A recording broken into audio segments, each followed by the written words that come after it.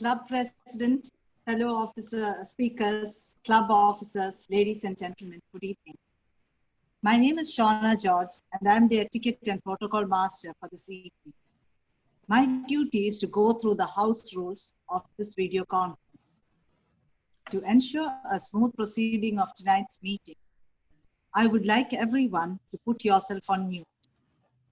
You can do so by clicking on your screen. Look for the microphone icon that is either at the top or bottom of your screen, then click on it. This simple gesture of putting yourself on mute eliminates any background noise and allows us to hear the speaker clearly. Do note that you can only unmute when it is your turn to speak. Although you are on mute, you may use the Zoom reaction function, such as the applause and thumbs up icon to express yourself.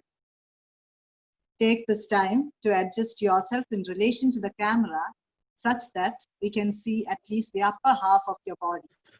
Very often I need to keep a cushion on my chair so that the upper half is visible. So you can try that yourself sometime. If you would like to speak or get the attention of the MC, please use the raise hand function. You can find it by clicking on the screen. Scan at either the top or the bottom of your screen for the icon which shows more or the 3 dots. Click on it when you see it, then scroll down to the raise hand function and click on it again and you will be attended to shortly. When you're called upon to speak, please proceed to unmute.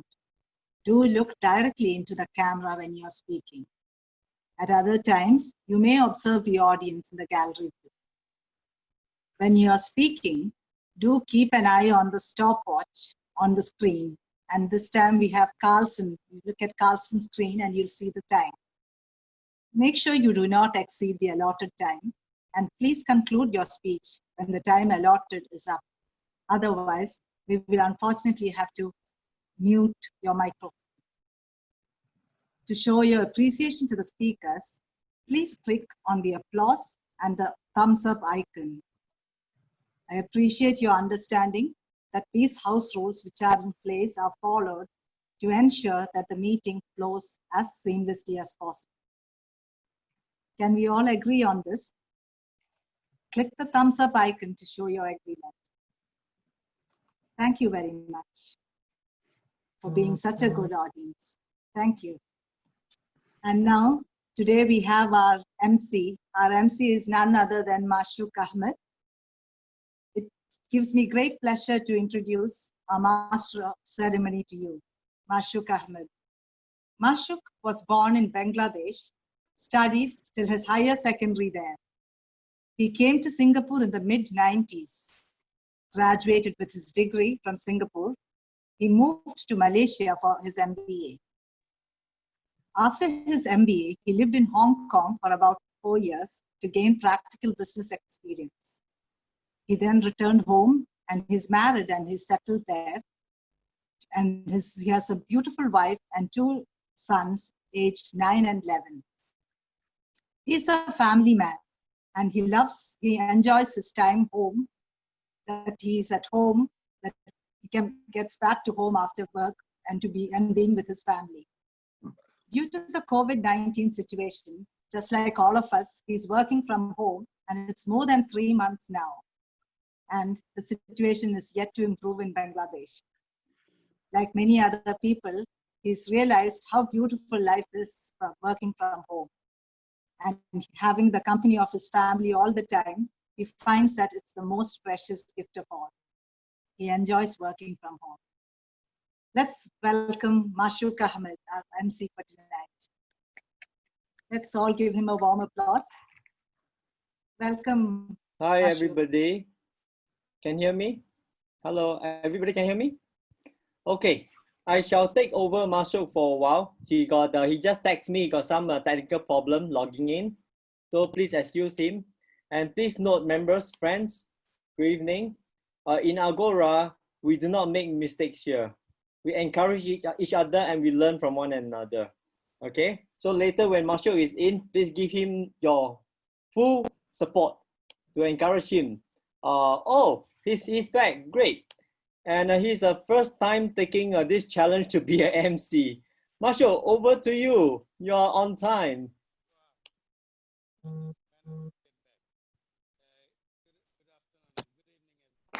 You're mute. We can't. Here in Bangladesh. Can you hear me? Can you be louder? Is it better now?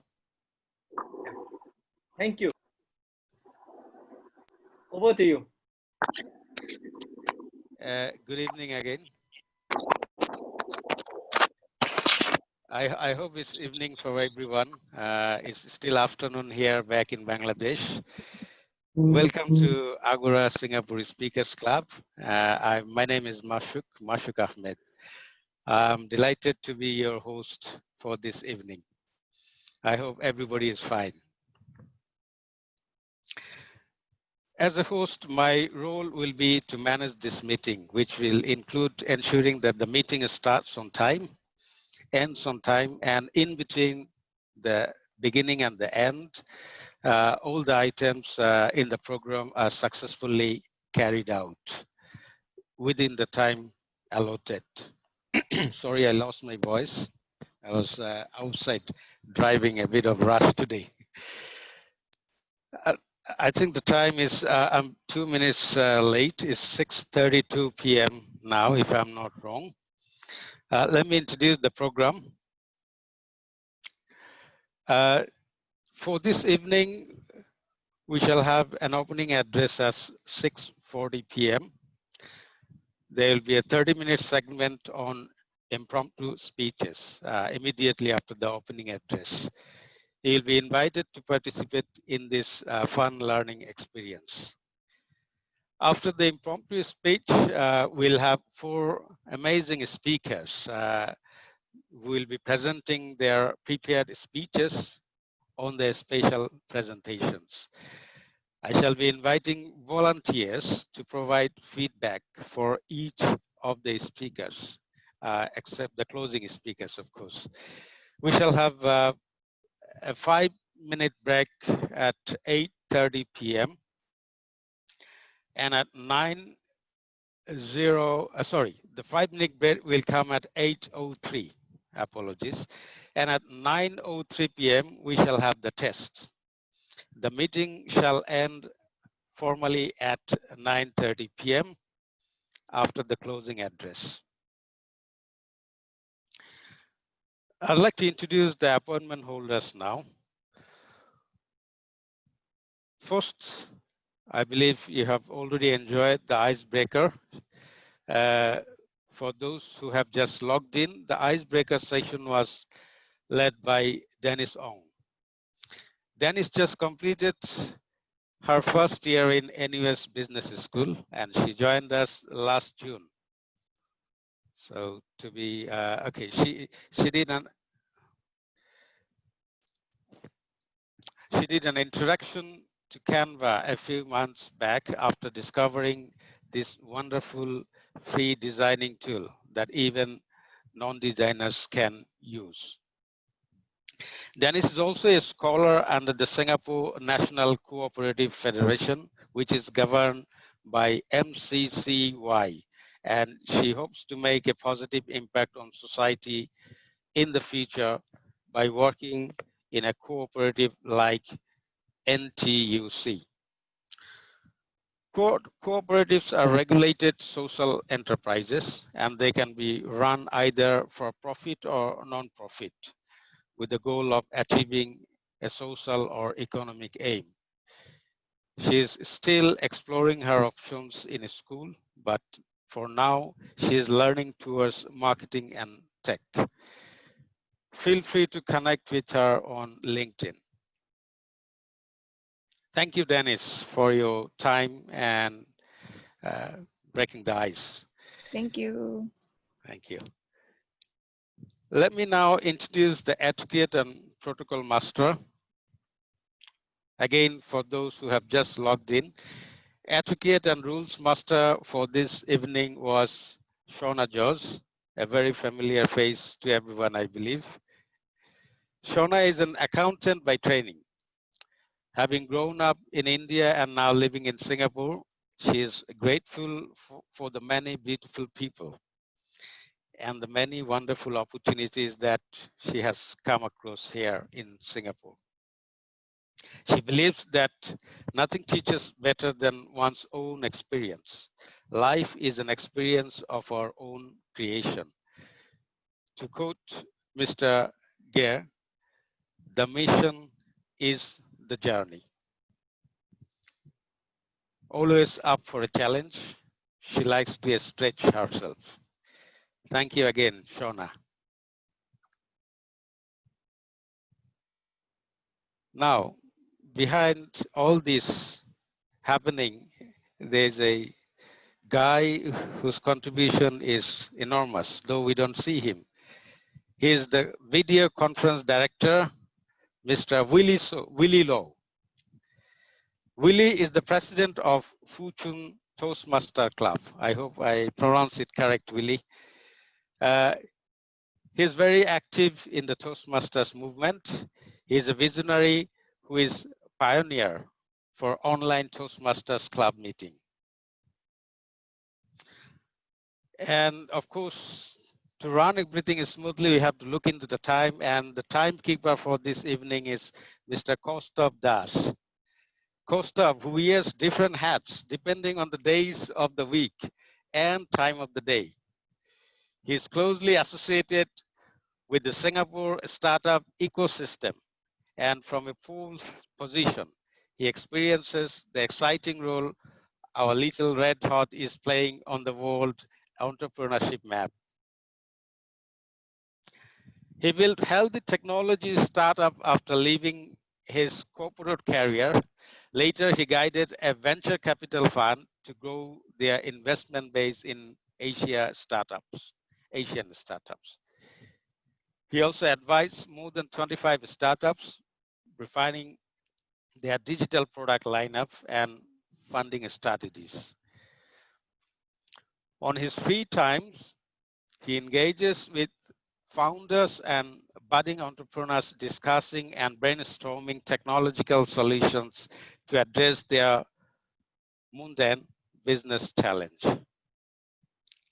Irrespective of you being a technology evangelist or dinosaur, reach out to Costa for an outside perspective if you are contemplating to start a business or scale your business. Thank you, Costa. Now, let us go focus to the meeting. The focus for tonight is back to basic. We shall be focusing our feedback, whether the speaker told us what he promised to tell us, whether the content of the speech makes sense to us, whether the body leads logically to the conclusion. Now, what should be your role as the audience? Your role is to provide the nurturing and supporting environment. How do you do that? We encourage the speakers by clapping our hands when the speakers are introduced. Clapping our hands when the speakers has finished speaking, and to smile at the speakers and to nod our heads when we agree on things. Inviting Sean Tan to present the opening address. Now, the opening address will be presented by Sean Tan. I believe many of us already know him.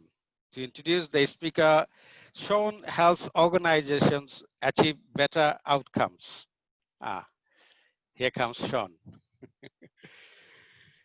So as I was saying, Sean helps organizations achieve better outcomes by transforming the way they work and make decisions. He achieves this by applying the principles of Eastern values, Western system. That sounds a good chemistry to me. Over a career spanning more than 2 decades, Sean has served in senior management roles with MNCs and GLCs. In the power industry, Sean believes that life is more colorful and exciting if we constantly challenge ourselves by acquiring new, diverse knowledge and skills, including public speaking, and applying them constantly. Let us all give a very warm welcome to Sean Tan. Thank you, MC Thank Mashok. you. Thank you, Sean. Thank you. Good to see Thank you. you. Now, the first session for today will be impromptu speaking. And to instruct the timer, the time allowed for this segment is 30 minutes. I repeat, 30 minutes. At 20 minutes, the green light will be flashed. At 25 minutes, there'll be yellow light. And at 30 minutes, a red light. And 30 seconds after the red light, the session has to end. So, Mashok, how much time do I have? Yeah, Mashu, I think Sean will need to do the opening speech first. All right, all right. Yeah, it's 4:42. I've taken a bit longer, sorry. Okay. It warms the cockles of my heart to see all of you here this evening. Thank you, Casey, for inviting me to deliver this meeting's opening address. It is an honor for me to be here tonight. Fellow Agorians, my name is Sean, and I'm from Aljunied GRC. Yes, I'm really a resident of Aljunied GRC. In the next few minutes, I will be sharing my journey from my childhood to present-day Agora and what it means to me. Like many of my generation, I was born into a poor family. I lived with my parents and two younger siblings in a wooden house with zinc roofs in a kampong. For our non-Singaporean friends, kampong means village or community. It was very much a Malay kampong, and many of my childhood friends were Malays and Indians. Life was simple then. We were free-range children running around amongst coconut trees, chasing after free-range chickens and chicks. We had a strong kampong spirit, which means everyone lived together harmoniously, helping each other, sharing food, and celebrating each other's festivals. I miss those carefree days. I did quite well in school, I suppose, and went on to university, had a good career. I traveled around the world and eventually settling down with my own family. I have lived in the same HDB flat and still live in it for the past more than 20 over years. Now that I'm a little bit older, I'm now part of a new kampong, a new community. Towards the end of last year, I was invited by a good friend to attend a little-known speaking club, which I have never heard of before. It is, of course, Agora, which we are all now very familiar with. I remember the first meeting I attended. It was in a small room crammed with about 30 or so strangers from all walks of life. I also remember the authoritative figure of a certain Mr. Gay Ban Peng, who was the founder of the club, and another not so young gentleman who calls himself Mr. Young. I'm not sure if you have ever met him. Now, less than a year later, Agora has grown into a popular club with many new members.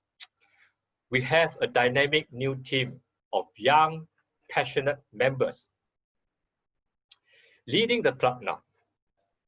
And I'm very sure they have a plan, an Agora plan, to take us further. To me, a club like Agora represents our modern day kampong, our modern day community. As part of this community, we all strive to live harmoniously, help each other to learn and grow, and celebrate each other's successes, and maybe share with each other's not so successful moments. To me, this is the best way to keep our kampung spirit alive. So how can we contribute to our club to help make it more successful? The answer is very simple, but may be quite shocking to some of you. I strongly encourage you to give the club a blank check. Yes, I mean it. Not the money kind of blank check, but one that lets the club draw on your knowledge, your expertise, your skills, or your time for the benefit of all members. We can serve in many ways. We don't need to have an appointment or a title. This is our way of contributing to the club or community. Casey knows that I have given him my blank check. He can ask me anytime to deliver the opening address like today, or to give a speech, or to be a timer, or even just being present to support the other speakers. And in return, I get to make many new wonderful friends and learn different things from different people. It is a win-win situation. Many people join communities and clubs to see what benefits they can get. These are the takers. Some join to contribute. These are the givers. From my experience, it is always better to give first. The rewards you get will be far, far greater than what you contribute. That's why I always enjoy coming to our meetings. Fellow Agorians, give generously and wisely, and help make this the club you can be proud of. Thank you. Back to you, MC Marshall. Thank you.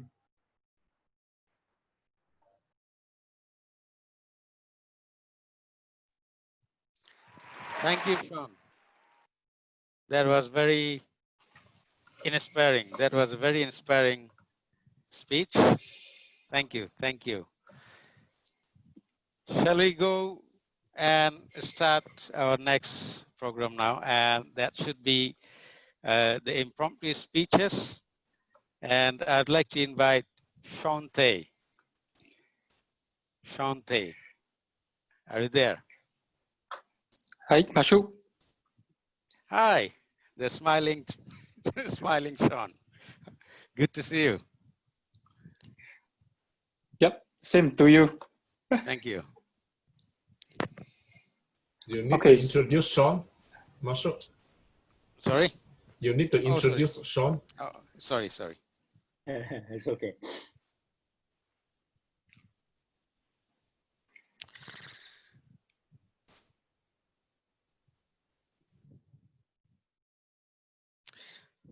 Apologies, sorry. Sean is a power financial servicing consultant with AIA, American International Assurance, if I'm correct. He graduated from Nanyang Technological University, NTU, with a bachelor in material science and engineering. He specializes in health insurance and legacy planning, ensuring that his clients' families will not have to worry financially in the event of need. Sounds very perfect for COVID-19 situation now, Sean. Having been in the industry for more than 4 years and being one of the top apprentice consultants in his agency, he has assisted more than 250 families in managing their finances better, protecting their assets, and leaving a legacy for their loved ones.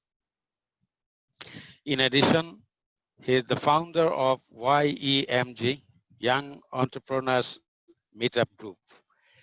He leads this group for entrepreneurs and empowers them to understand the issues of facing entrepreneurs.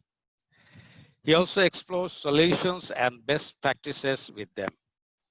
The group aims to support the member in the entrepreneurial success. Thank you, Sean. Okay, thank you, Marshall. All right, ladies and gentlemen, today we have reached, the first exciting segment for Agora's session. So without further ado, let me share the screen with you, okay, for tonight's impromptu speech.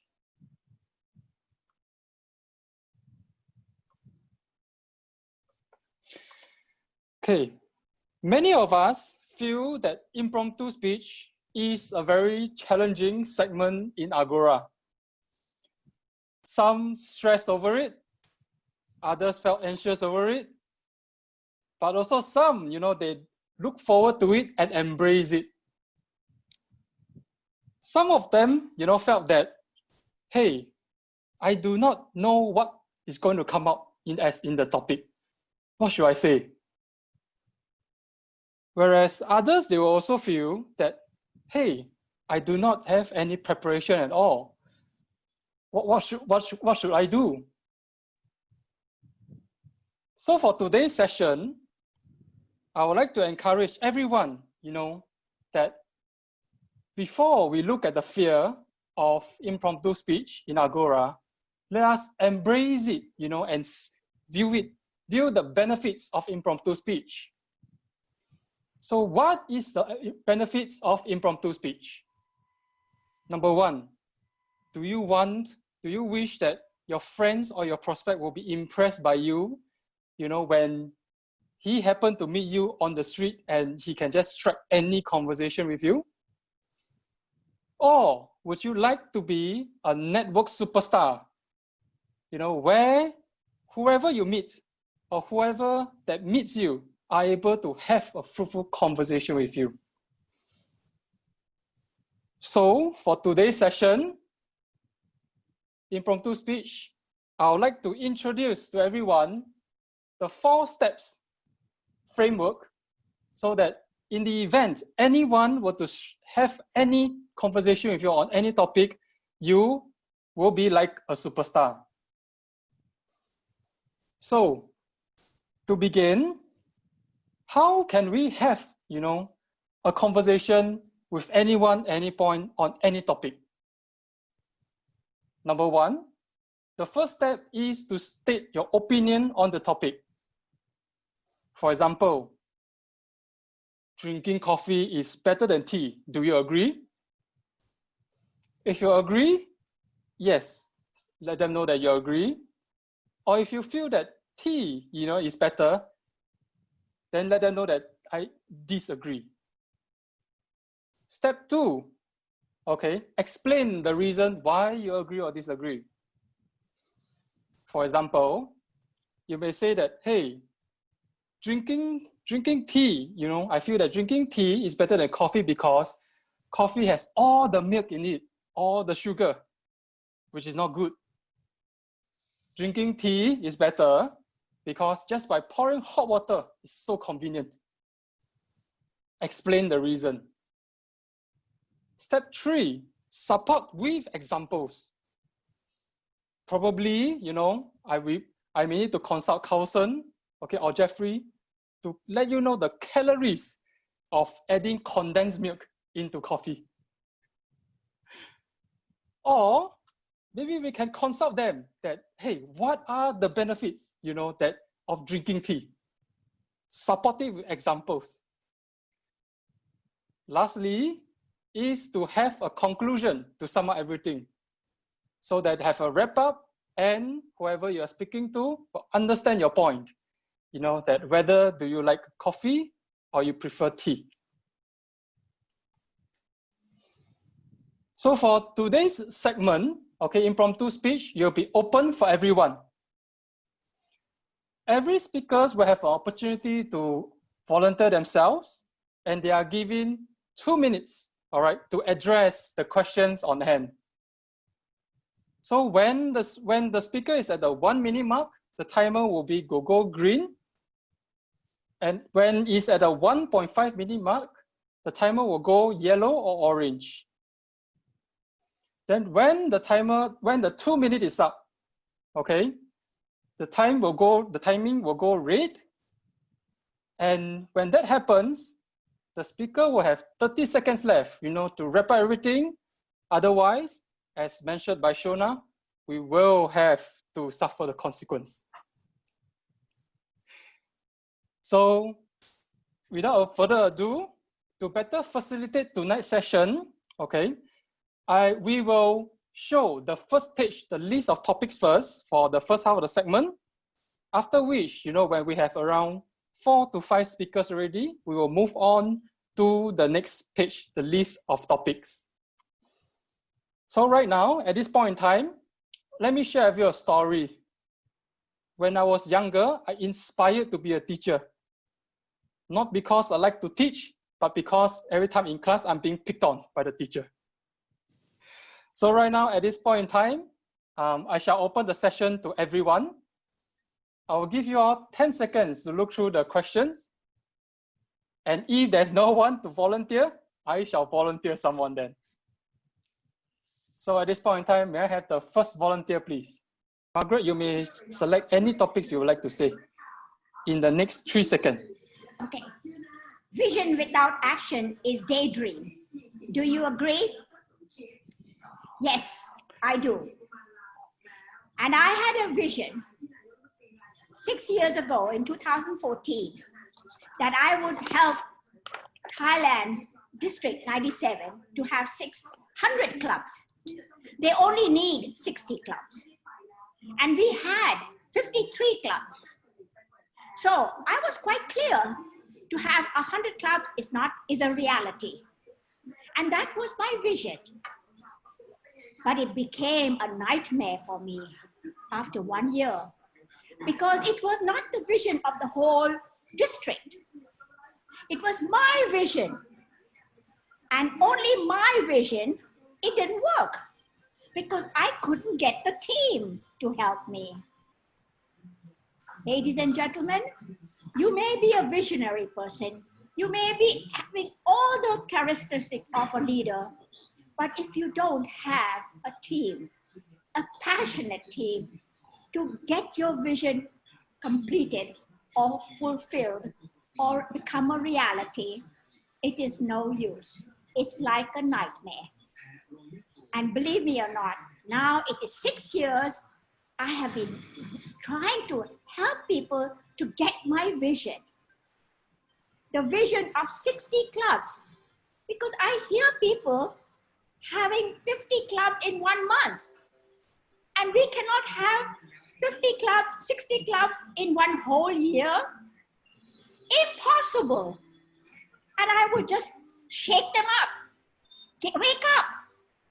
It can be true. It can happen. But I couldn't get anybody to share my vision.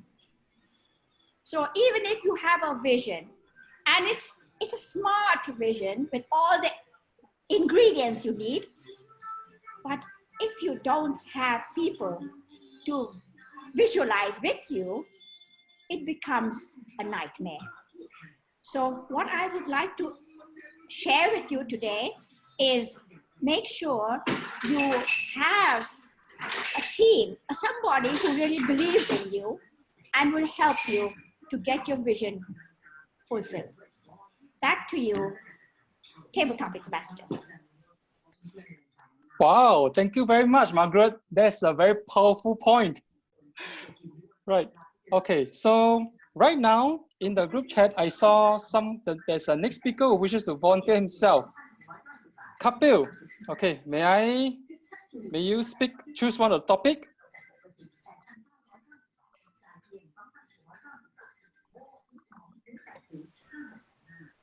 Sim, you have 3 seconds to do so.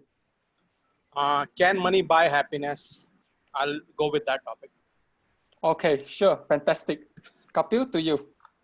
Thank you, Sean, for this topic and this impromptu speech section.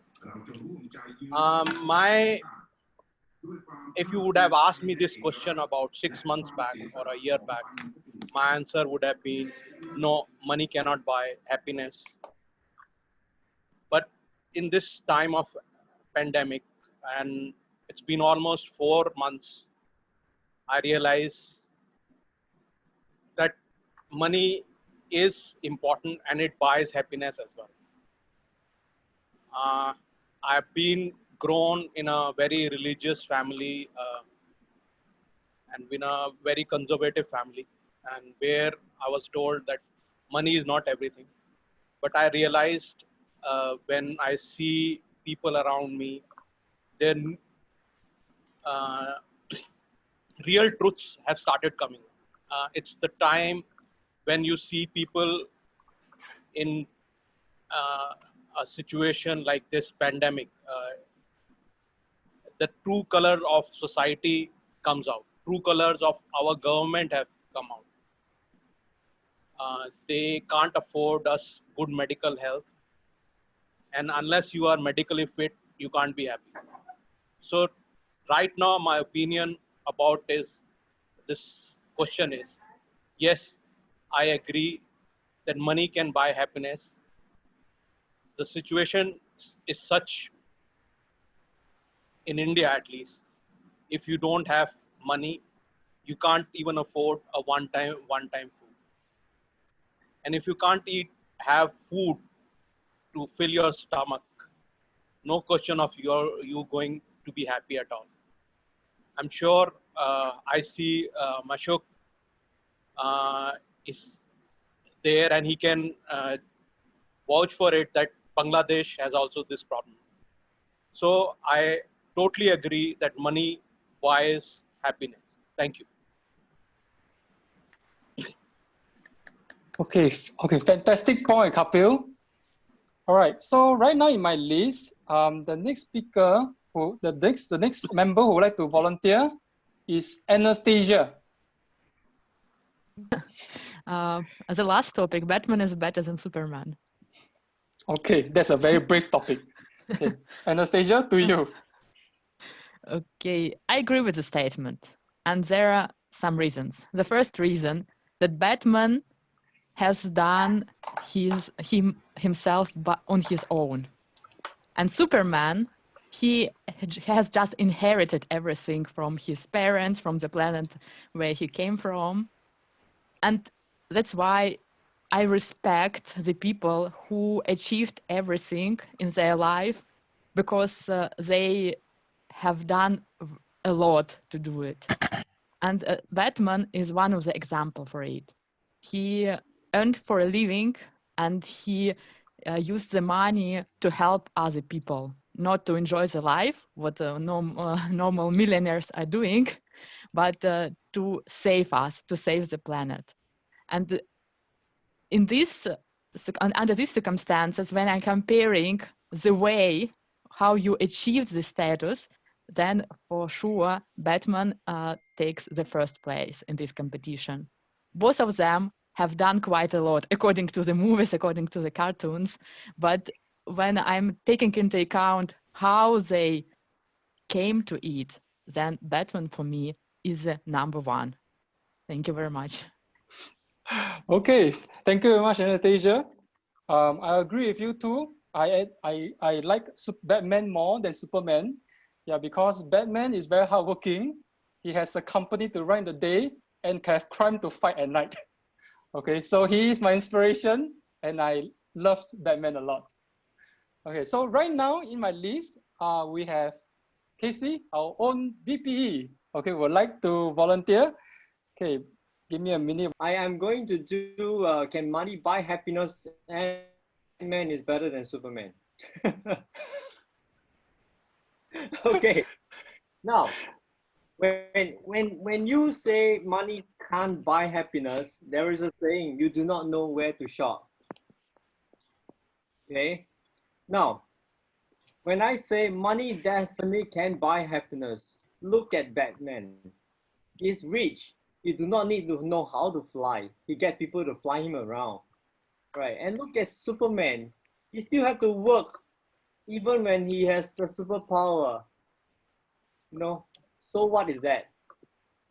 Now, when I say money can buy happiness, I wish to put into a perspective where we can look into it.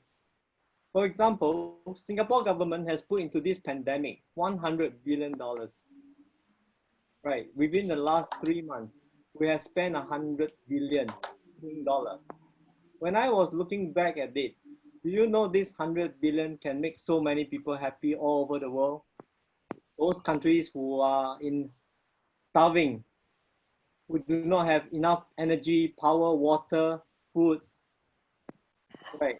Even without the pandemic, we have that kind of resources to help. Who says money cannot buy happiness? We just need to know where to spend the money. And I hope this impromptu idea will speak out to everybody, right? Where can your money be put into others people's happiness? And that's where money can buy happiness. Back to you, Sean. Thank you. All right. Fantastic point, Casey. I completely agree with you. Okay, so right now we have another member who wishes to volunteer. So I'll personally not take 2 minutes time since it's already been spoken. Now, there is a wise saying that a person, when he, whatever he doesn't have, he aspires to have that one. So this particular phrase, whoever is coined, definitely has a lot of things. Now, there are, one day Mr. Gay has actually beautifully said, I think, is that we should look at not as a money, but as a wealth. And wealth comes from two sources. One is actually monetary wealth, and another is an emotional wealth. And both these two things combined becomes the overall wealth. If one has a lot of emotional wealth, like Mother Teresa, it's a different thing. But somebody needs to have a basic level of income. Just what Kapil was saying, just what Casey was saying, of course, the pandemic has forced us to actually see the other aspects of the life. Had this pandemic not been there, possibly Kapil would not have realized this particular scenario. However, it's a fact that in the world, almost 1/3 of the people don't have enough money to have 2 square meal a day. There was a survey which was conducted by Purdue University, if I'm not wrong, around a couple of years ago, which said a person actually need around, or a household rather, $95,000 in income for the emotional well-being. That income can come a little below around 70,000 for the normal thing, but anything below 50,000 is really a torturous stuff. So anybody has below 50,000 should not go by all these words. They should actually focus on increasing their wealth. So money, absolutely essential. And that's why actually what Casey was saying, $100 billion, which is a lot of money, possibly a lot of countries, maybe 150 countries, out of 200 countries. If you take the GDP wise, the 150 countries GDP will be less than possibly $100 billion a year. So it's a lot of money, and it could spend because actually it has prudently earned that money, saved that money, so that when required, it can actually spend. And Sean, as a financial advisor, I am pretty sure you must be advising your clients also to earn and properly save the money. So I am absolutely in favor of saying that yes, money can and money need to buy the goods. Thank you. All right, thank you, Christoph. So right now on the topic of can money buy happiness, we have 3-0. Okay, so right now, may I know who's that? I'm Pratiti. Pratiti.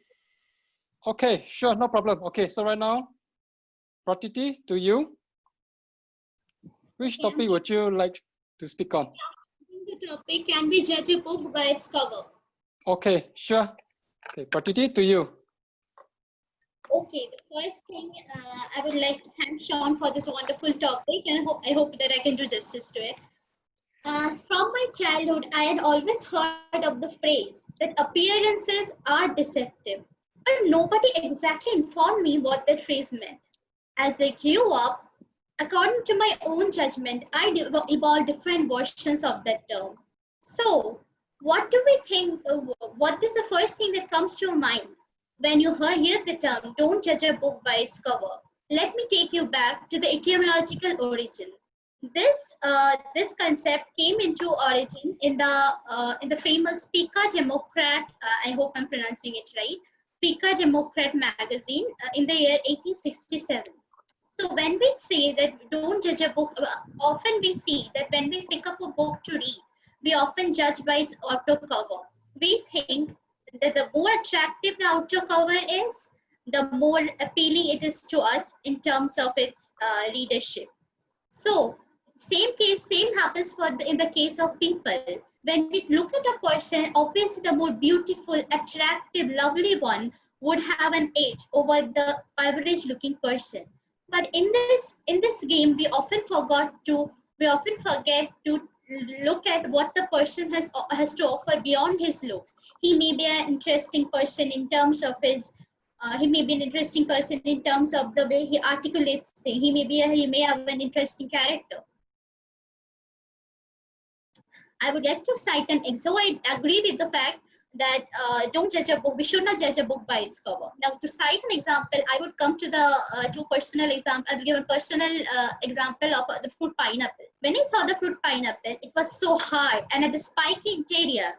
So I hated it absolutely. But when my friend cut out a slice of it, I absolutely loved it.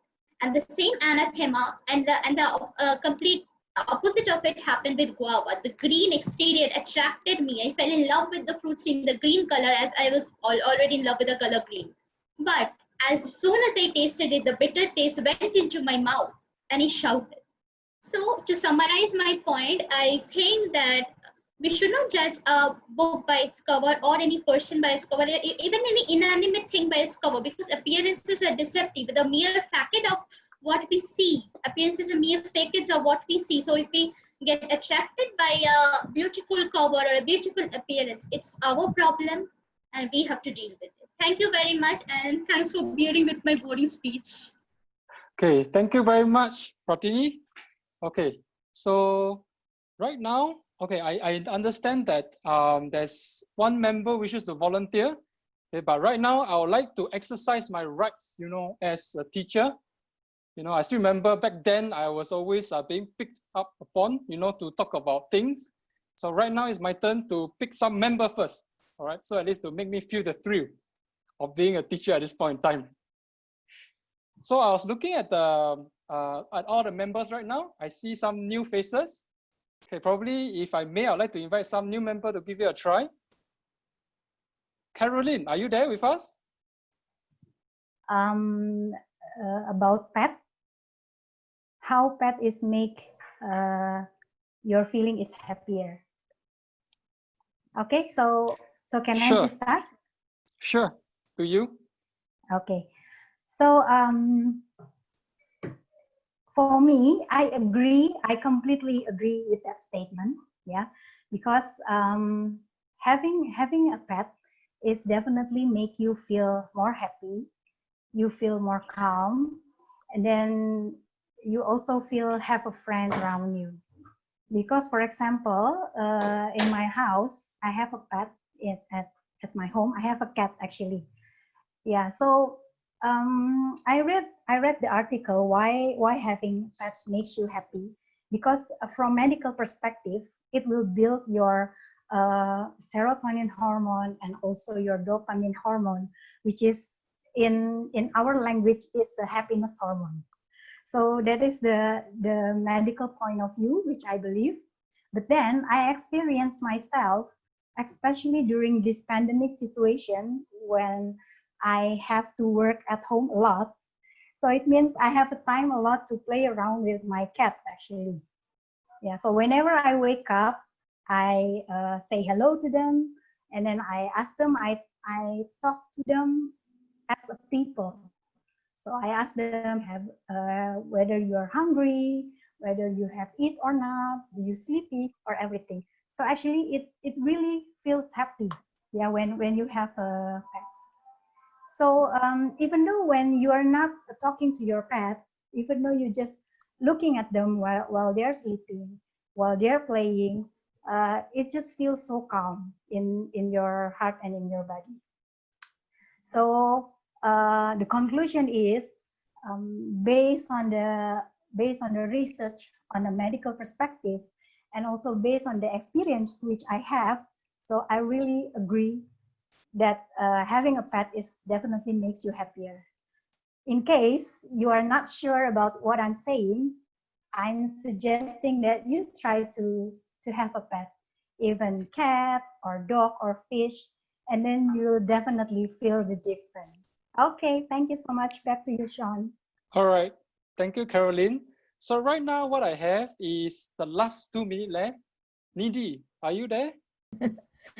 Okay, so I will pick this topic of do things happen for a reason? Yeah.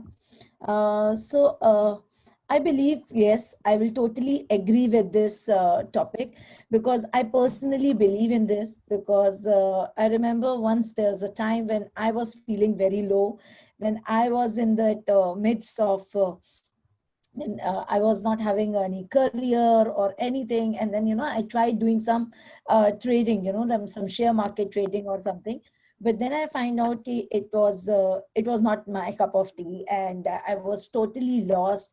I lost a lot of dollars, and then I feel that afterward, feeling very low, and then I come to know about handwriting analysis, and then I realized I was at the rock bottom. So that is also a reason behind it, that because I felt so low, I felt that no, I'm not able to do anything. That's why I think so I done a lot to be more successful in this area. So I totally agree with this. And same if I'll say right now in this pandemic, in this COVID situation, we'll see, I believe that, all this happened because I think so nature also needs some time to heal itself. Because of course we all people are always using, and we feel as a human being that we are in charge of this world. Then I think that this world is telling you that no, you are not in charge, I'm in charge over here, right? So this has also happened for the reason that people realize that they have to take care of nature, their health, their family, so they are getting more time with their family. So yeah, that's it for me. Thanks. Okay, fantastic, Nidhi. All right, so everybody, I have reached the end of my session. Okay, I know that there are a lot of you guys, wishes to volunteer but do not have the opportunity to do so. And also for the next session, I look forward to be the impromptu master again, so that I can exercise my rights, to feel the thrill of my form teacher, how she felt back then. Okay, thank you very much for tonight's session. MC, to you. Thank you for the lively hosting, Sean. Can you hear me? Right, Mashu, yes, we can. Yeah, okay. Thank you, Sean. Thank you so much. Thank you very much too. That was lovely. We now invite Mr. Costa to present the timers report. We just saw him, and let us see him again. Mashuk, the timer report, Sean has completed exactly on 30 minutes time. Thank you, Costa. Shall I introduce Mr. Mike Nicholson? All right. Yes, please. This is going to be a special presentation today by Mr. Mike Nicholson. Mike studied in Singapore back in 60s, in 1964 to 1967, when most of us, we even didn't come to this world. Mike loves it here in Singapore and is like home to him. His degree was in comparative animal physiology. However, for the 45 years now, he is in international human resource management. Mike is 71 years young, but unfortunately he's thinking of retirement. His wife is a Javanese, born in Jakarta, and the reason he has lived in Indonesia permanently since 2004. He first went to Bali back in 1981 as a tourist and was the HR manager back then. He was building an LNG plant in the jungle of Kalimantan from 1982 to 1984. He was a member of the Indonesian Heritage Society back then and a volunteer tour guide at Museum Nasional Indonesia since 2008. The other half of his life is being the Agora ambassador to Indonesia. We now invite Mr. Mike Nicholson. So let me just try and do the impossible in 15 minutes. Indonesia is such a vast country, so much to talk about. But anyway, here we have the Museum Nacional. It was built 1868 as a museum. It was not converted. The elephant in the front is the present from the King of Siam when he came to visit in 1871. So the nickname for this museum is Museum Gajah, Museum Elephant. Okay, Indonesia, huge area. This is about the same size as the landmass of the US of A. It goes from Scotland to maybe Turkey in Europe. So Indonesia is about 5,000 kilometers left to right, 2,000 kilometers north to south. So it really is huge. There are 18,504 islands in the archipelago, and about 1/3 of them are inhabited. So in 1884, a German geographer is thought to have used Indonesia for the first time. And that was derived from the Greek words Indos, India, and Nessos, meaning island. So Germans have had an interesting connection with Indonesia for a long time. Also, Batavia is the original name for Jakarta. It was 1621 when the Dutch built a new port in opposition to the one next door, Banten. So the number plates in Jakarta, if anybody has visited Indonesia, are beginning with B, Batavia, so the name still stays. Indonesia is an archipelago, as I mentioned. It's, let's get rid of this. It's 18,504. It used to be 508, but our friends in Malaysia borrowed 4 of the islands. The population at the moment is estimated about 270 million. It's 10 years ago since we had the last census, so these are extrapolations, but we were due to have a census this year, but obviously with a pandemic may not happen. We have about 2 million square kilometers of land, and it's in a volcanic area called the Ring of Fire. We have about 400 volcanoes here, 70 of them are still active. And Bahasa Indonesia is the official language, but it only started in October of 1928. There was a youth conference in Bandung at which the youth of Indonesia decided, under Dutch rule still, that they needed a local language. So in Indonesia, we have 700 languages, about 300 dialects, and they needed something to combine. Previously, or at that time, they had been using Malay really as the business commercial language, and Bahasa Indonesia comes really from Malay stock. Majority of the people here are Muslim, but we have minority religious groups, Christians, Catholics, and they're different, Hindus and Buddhists. And these are the only 5 religions that you have a choice of. You cannot be an atheist, it's illegal. So quite interesting. So this is the Borobudur temple. It was built sometime in the 8th to 9th century. We don't know how long it took. Estimates are between 80 and 200 years, but we don't know. But this is huge. Yeah, this is really, really exciting to go there and watch. A few notable dates.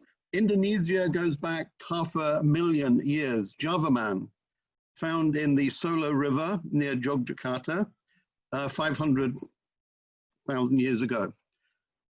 About 60,000 years ago, the current population, majority of Indonesians actually came from Taiwan, came from Formosa. And in the 4th century, there is evidence of Hindu presence in Borneo. And Borobudur, I say, was built 8th to 9th century. So this was the Hindu period. And that lasted really up until about the 1200s. So this is the original Dutch town hall. It's still there. It's now a museum of history in the Jakarta province portfolio. And this was really the center of town. So everything was based from here. In the middle on the right-hand side, there is a water fountain, and that's where the ships would send a carriage with tanks to go and fill up water for the ship. So everything really was in this area. Okay, so in the 10th, 12th century, we were in the Sriwijaya Empire that was based in Sumatra. And then the 12th century was Majapahit, 12th to 14th century. Majapahit was the biggest empire Indonesia had, and people are really thinking that this was a empire. In reality, it was very much more like an ASEAN arrangement. But the territory that Indonesia was involved in went all the way up to Vietnam. So it was really a very, very strong trading power. And then in 1595, the Portuguese arrived. They were looking for nutmeg and spices. In 1600, the VOC was established in Holland as a private trading company. And they came to the Malukus looking for spices. And then in 1621, they set up Batavia, which is current Jakarta. And that was the center really of all of the activities of the VOC, the Dutch East India Company. However, it went bankrupt in 1799. And it's really interesting because at that time they were earning 1,000% profit. How do you go bankrupt with that sort of money? Corruption. So the Dutch invented corruption in Indonesia. 1795, it was the Napoleonic period in Europe, and France invaded Holland, and in 1811 it physically took over Holland and abolished Holland as a country. And that was the signal the British had been waiting for in India. So they set sail with 100 boats. They arrived here in August 1811, and that was the beginning then of the British period. We were really only caretakers for the Dutch. So in 1816, we gave Indonesia, basically Java with a few outposts, trading outposts, back to the Dutch. And then in 1942, we have common Singapore-Indonesia activity. We were occupied by the Japanese, and that continued. It was not a particularly good period for the Indonesians. They originally thought being Asian, the Japanese would help them with independence. Didn't work that way. But anyway, August 15 was the end of the war, and 2 days later, Indonesia declared independence.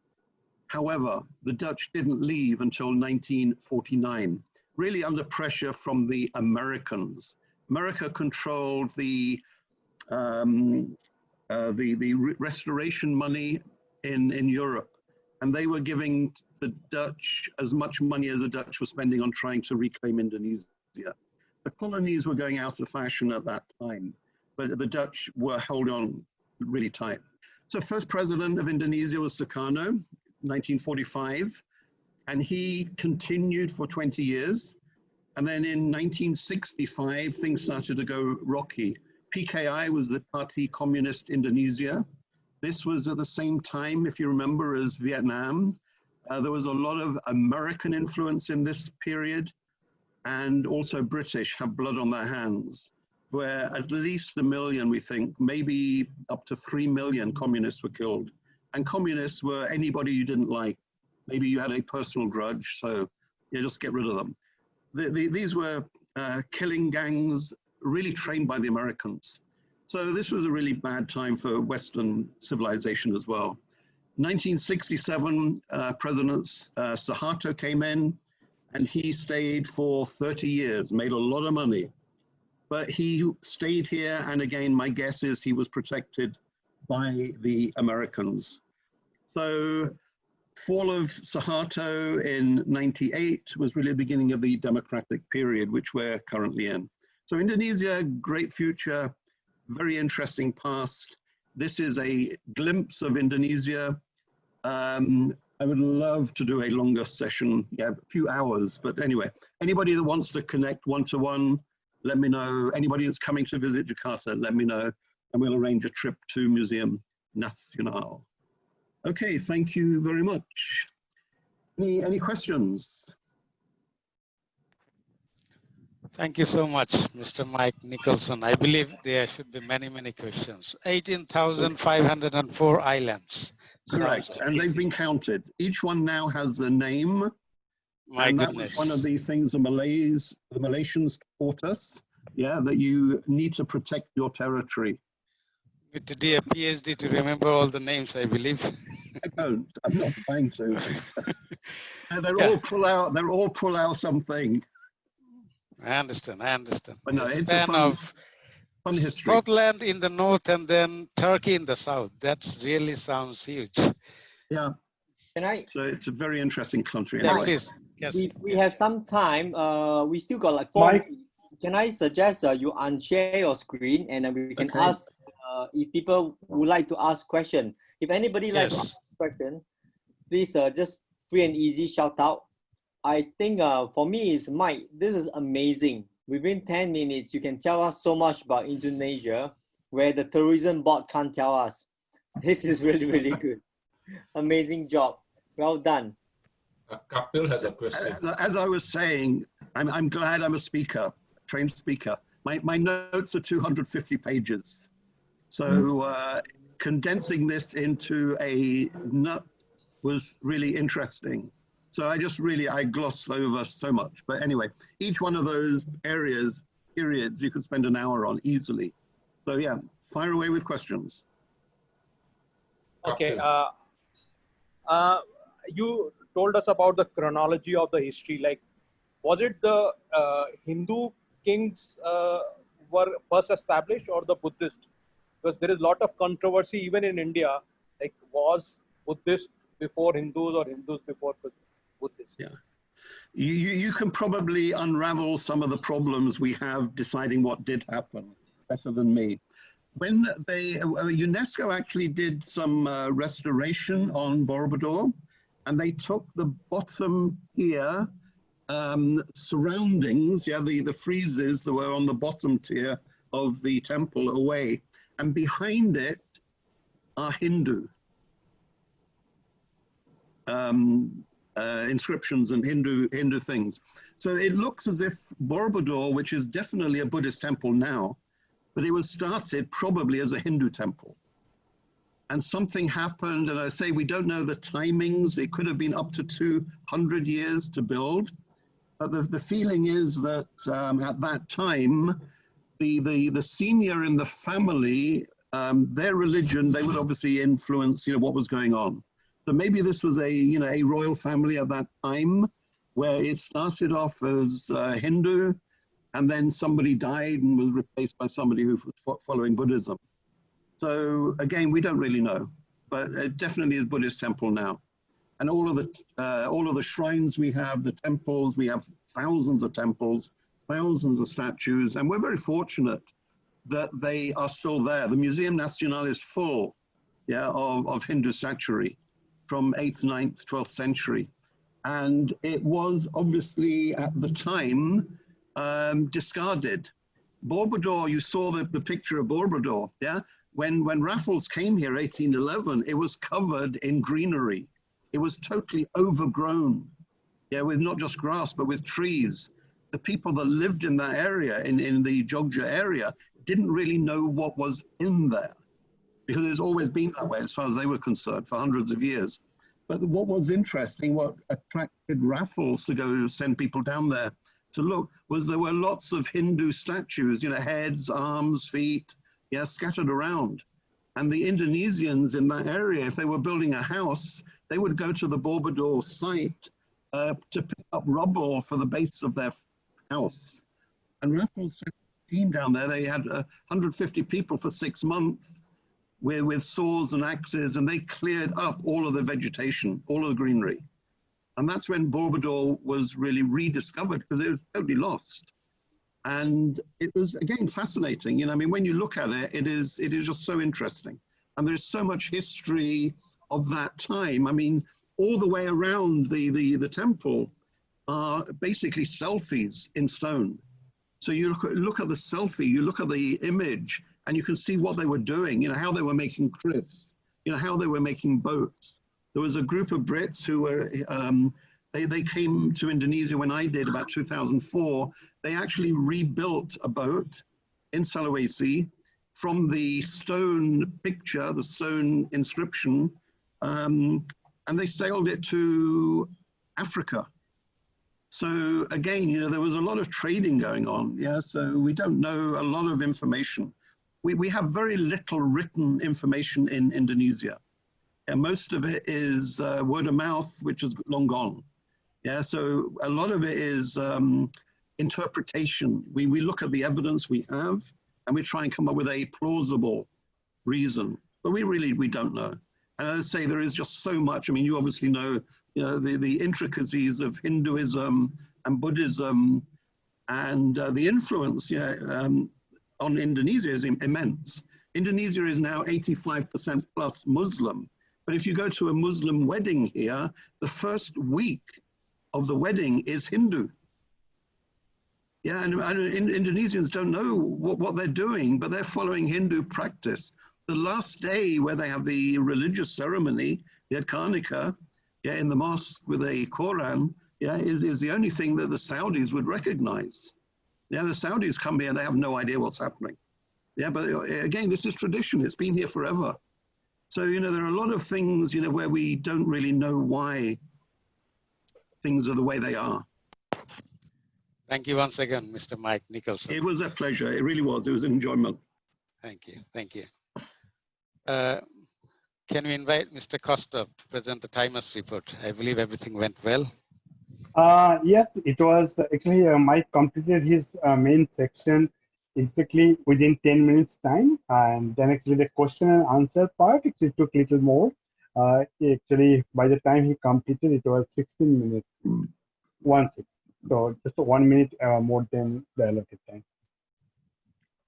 Right, very good. Mr. Gay Chong Ling. Mr. Lim is currently working at Amgen, a pharmaceutical company in Tuas, Singapore, making drugs to treat osteoporosis, which is a very common disease. He is considered an essential worker during these CV times due to Amgen being a key economic sector. Most of us are already familiar with using Zoom and its many features, but did you know there are other tools we can use to bring our meetings to another level? Chongling has been using ManyCam for Agora meeting in recent months, and I'm sure many of us has witnessed his masterful use of sound effects and timers. Today, Chongling will be teaching us 3 simple functions on ManyCam that can make ManyCam that can make you a tech-savvy widget for all your future Zoom meetings. Chongling, the time allowed for each speech is 7 minutes. 5 minutes, there will be a green, and 6 minutes yellow. At 7 minutes, red light. 7 minutes, 30 seconds, the audio will be metered, as you know. Let me introduce the topic again. ManyCam is a program that can manipulate your video and audio outputs to enhance your image and experience on Zoom. So many features, so little time. This presentation will give you the biggest bang for your buck, covering 3 simple functions to make you a fellow ManyCam magician. Ladies and gentlemen, let me welcome Mr. Chong Lim to speak us on the topic, ManyCam magician. Mr. Chong Lim, thank you. All right, good evening, everybody. Hope everyone's having a good time. Does anybody have ManyCam now and is going to follow me along? Did anybody install ManyCam just to follow me? Anybody? I got it, thank you. Sorry, as I was saying, ManyCam is like something in between your input and the output, which is Zoom. So it can alter your video and your audio and process it before shooting it towards Zoom. So let me show you what that means right now. Share the screen. Okay, so right now the screen is a normal screen because I have selected the webcam to present what ManyCam is presenting, but I can put a lot of things on top of that. So let me show you what I mean by that. The first feature I'm going to show you is very simple. For those who don't have a green screen or like this kind of background. For example, myself, Mashu, and I think I saw Samantha also has this issue where the background is not suitable for a green screen. So what can you do? If you follow me here on the side, there's this squiggly line. This is your draw tool. So what you can do is you select the color, select green, of course, and then you select the pen. Anyone can see so far? Clear, right? Hope so. All right. So what you got to do is you start drawing your own green screen in the background. Outline yourself, okay? You don't move. You stick your head. Keep it still. Okay, you draw. Draw in the background. Draw yourself out. Crop. Okay, make sure everybody cannot see what's behind you. So right now it looks like there's an ugly green block around me, correct? Yes, but this is only temporary. This is what Manicam is processing to your Zoom. And all of us know that Zoom has a virtual background option. So what do you do now? Okay, now I look a little bit stupid, right? Okay, wait, not yet done yet. You go to your video options over here in your Zoom. Hope you all can see it over here. And you select virtual background. Okay, so right now it says none. But what if I select, a bit hard to see. Let me move it down first. Can you all see this? All right. So I select, I have a green screen and I select my favorite background. And suddenly my virtual background is live. Isn't that great? But you have to stay still and stay at the correct position. Can't see your face already. You have to move down. Ah, yeah. Yeah, we would like to see the durian background. Yeah, you gotta stay in the opening. So of course you have time to prepare. You can draw a very nice opening to fit your body and even a little bit of the space behind you. But I'm short for time. So if you so this is the demonstration. Anybody can do this. If you have a funny background and you don't really like it, you draw something yourself. Zoom perceives it as a green. Only we have to move down. We can't see your face. Oh, right. Okay, hang on. No. That's because I'm screen sharing. Hang on. If you see my normal Zoom screen, you can see me. But what I'm demonstrating, which is the durian, right? Okay, so hang on. I'm going to go back to the Manicam. Then you will, because it's just a demonstration. Because you can see my screen as well as the shared screen, right? My little box. So my little box is what Zoom is showing you, which is the durian and my face. Oh. And then this box here is the Manicam. Yeah, so you can see real time what is the difference, right? All right, excellent. So that is trick number one. Very easy. Just draw your green screen. Wow, very amazing. All right, short on time. So let's move on. Let's remove this for clarity. Okay. Number two is I'm going to teach you how to use these timers. Okay. Wait, hang on. All right. So in Manicam, there are a few timers here at the side. There's a clock, a stopwatch, and a timer. So what you got to do is select the blank image. Let's say green, okay? Because I'm running out of time. Now you cannot see my face anymore. Oh. And then you select your timers. Pump. Select a suitable color so that you can be seen in the background for both. All right. So make it big. So you can see that Kostov and I think Carlson has applied this as well. So what you can do for these two timers, one is a stopwatch and one is a timer. So you only need the stopwatch. You only need the number to count up. So you can see the top one is currently counting up, right? So this is your timer, the timer for myself. But the below one, you can use it as a gauge so that other people can tell, hey, I'm a speaker and I have 7 minutes. And right now, the time is counting up. 17, 18, 19, okay? So what if I reach the minute mark? I need to change. Okay. Image. Select another color, yellow. All right, time is running out. Then you must change it to red, much like my own time. All right, so this is how you can use a simple timer to manage your meetings. All right, not much time. Let me move on quickly to the very last one. Fast. Which is, oh, Kosov is doing a good job. Which is the audio. Okay, audio is a bit tricky. There's this audio playlist here, which you can put audio files inside. You select this one, which is your files. Okay, select your audio, put inside this file here, and then you can just play them immediately. Oh, cool. Make louder, make louder. So easy. No, this is the maximum volume I have. Okay, so now it's 7 minutes and 30 seconds.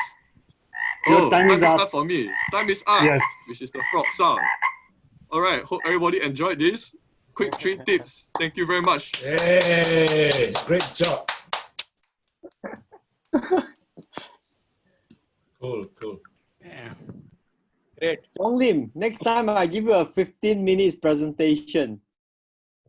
I agree. That was too short. Oh no. Too many things to learn. Got more features. Thank you, everybody. Thank you, Chong Ling. That was quick and fast. Can we have the evaluator now? I believe Shona will volunteer. Am I correct? Oh, yes. Shona, are you there? Yes. Thank you, Chong Lim. That really was you did seem like a magician there with a green screen coming on first and the image after. And when you were showing the screen, for example, how you could do it with the Manicam, the first thing that came to my mind was the image of the durian, because the last time when you showed it, I was wondering how did you arrange it? You know, it almost seemed like a cardboard thing to me. And very wonderfully done. And I just didn't realize the time passing. It was such an interesting way that you did all that presentation. The time just flew. I didn't realize it was 7 minutes or 6 minutes or so. Really enjoyed that presentation. I hope I can myself go over it and find out how to do the time and what else to do, the sound as well.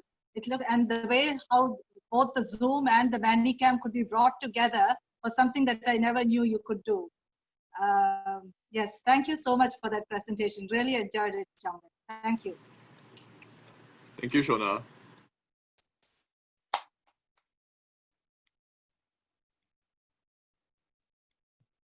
Can we have a second evaluator? Thanks again, Shona. Anybody want to volunteer to evaluate for Chong Lim? Looks like everybody is practicing. I can do. Practicing. Kapil. Is it No, Kapil? Kostov. Like, go ahead, Kostov. Okay. I don't remember the exact structure, but let me try to do it what I recollect. Now, what the speaker has said, I mean, Chong Lim said that he's going to actually help us understand how the Manicam works. Of course, he has shown us 3 different features. And I think all of us got a clear hang what are the capabilities of the Manicam. 2 critical feedback for Chong Lim. One, since the time was really limited, and for most of the people, possibly this is the first time they're actually seeing an application, and even for the people who are very comfortable with computer, not knowing what is Manicam, finding out the details is time consuming, absorbing so much of content. So most likely it might have gone above the head. So needs to have another follow-up meeting. So today was possibly an introduction one. Second thing, maybe my time is up. Okay. Not yet. Sound effects. Okay. So definitely this kind of sounds effect all of us would like to hear. So it might be a very good one because it was more of educative one. If there is some kind of other document that everybody can refer to, okay, these are the 3 features, and this is where actually you can go after the meeting, read out those details. It is there on this particular site, so that might be very helpful, so that everybody can understand. And second thing, I think this kind of heavy topic should be reserved for a 15-minute slot, not a 7-minute slot. That was the second thing. And it was too much information, possibly for a too short a time. But Chong Lim per se, it was really good, particularly when you were showing how it will be done. Thank you. Thank you so much, Kostov. And I believe Thank that you, Kostov. timing-wise it was good, but I do agree that it was too quick. We need to have a session to learn Yes. this MoneyCam. It looks very, very interesting and useful. I'll propose this to Casey and Mr. President. Thank you. Okay, now let me get back to our program. Our program now is after break. We will have Carlson. Let me introduce you to Carlson. Now before Carlson graduated from Singapore Poly with a diploma in electronics and communication engineering. That's something pretty deep for me, Carlson. And further, his field support in skills, he from School of Hard Knocks. He enjoys solving problems and helping others find solutions. With a motto, you never try, you never know.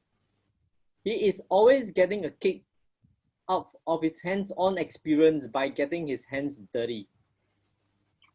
He has been in global customer support team lead for more than 20 years, advisors for global service team for on-site support in USA, Taiwan, China, Malaysia, Japan, Singapore.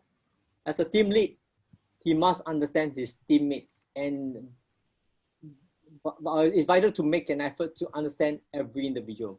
He is now an international weight loss coach.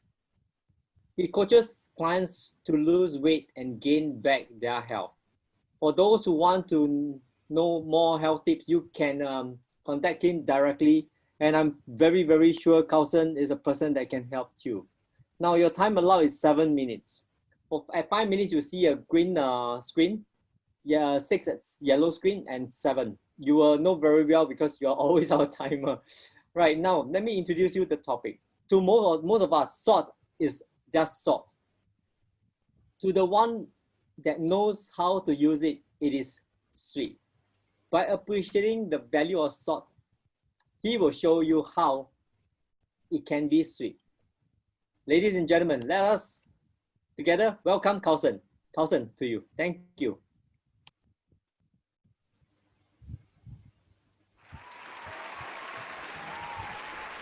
Hi.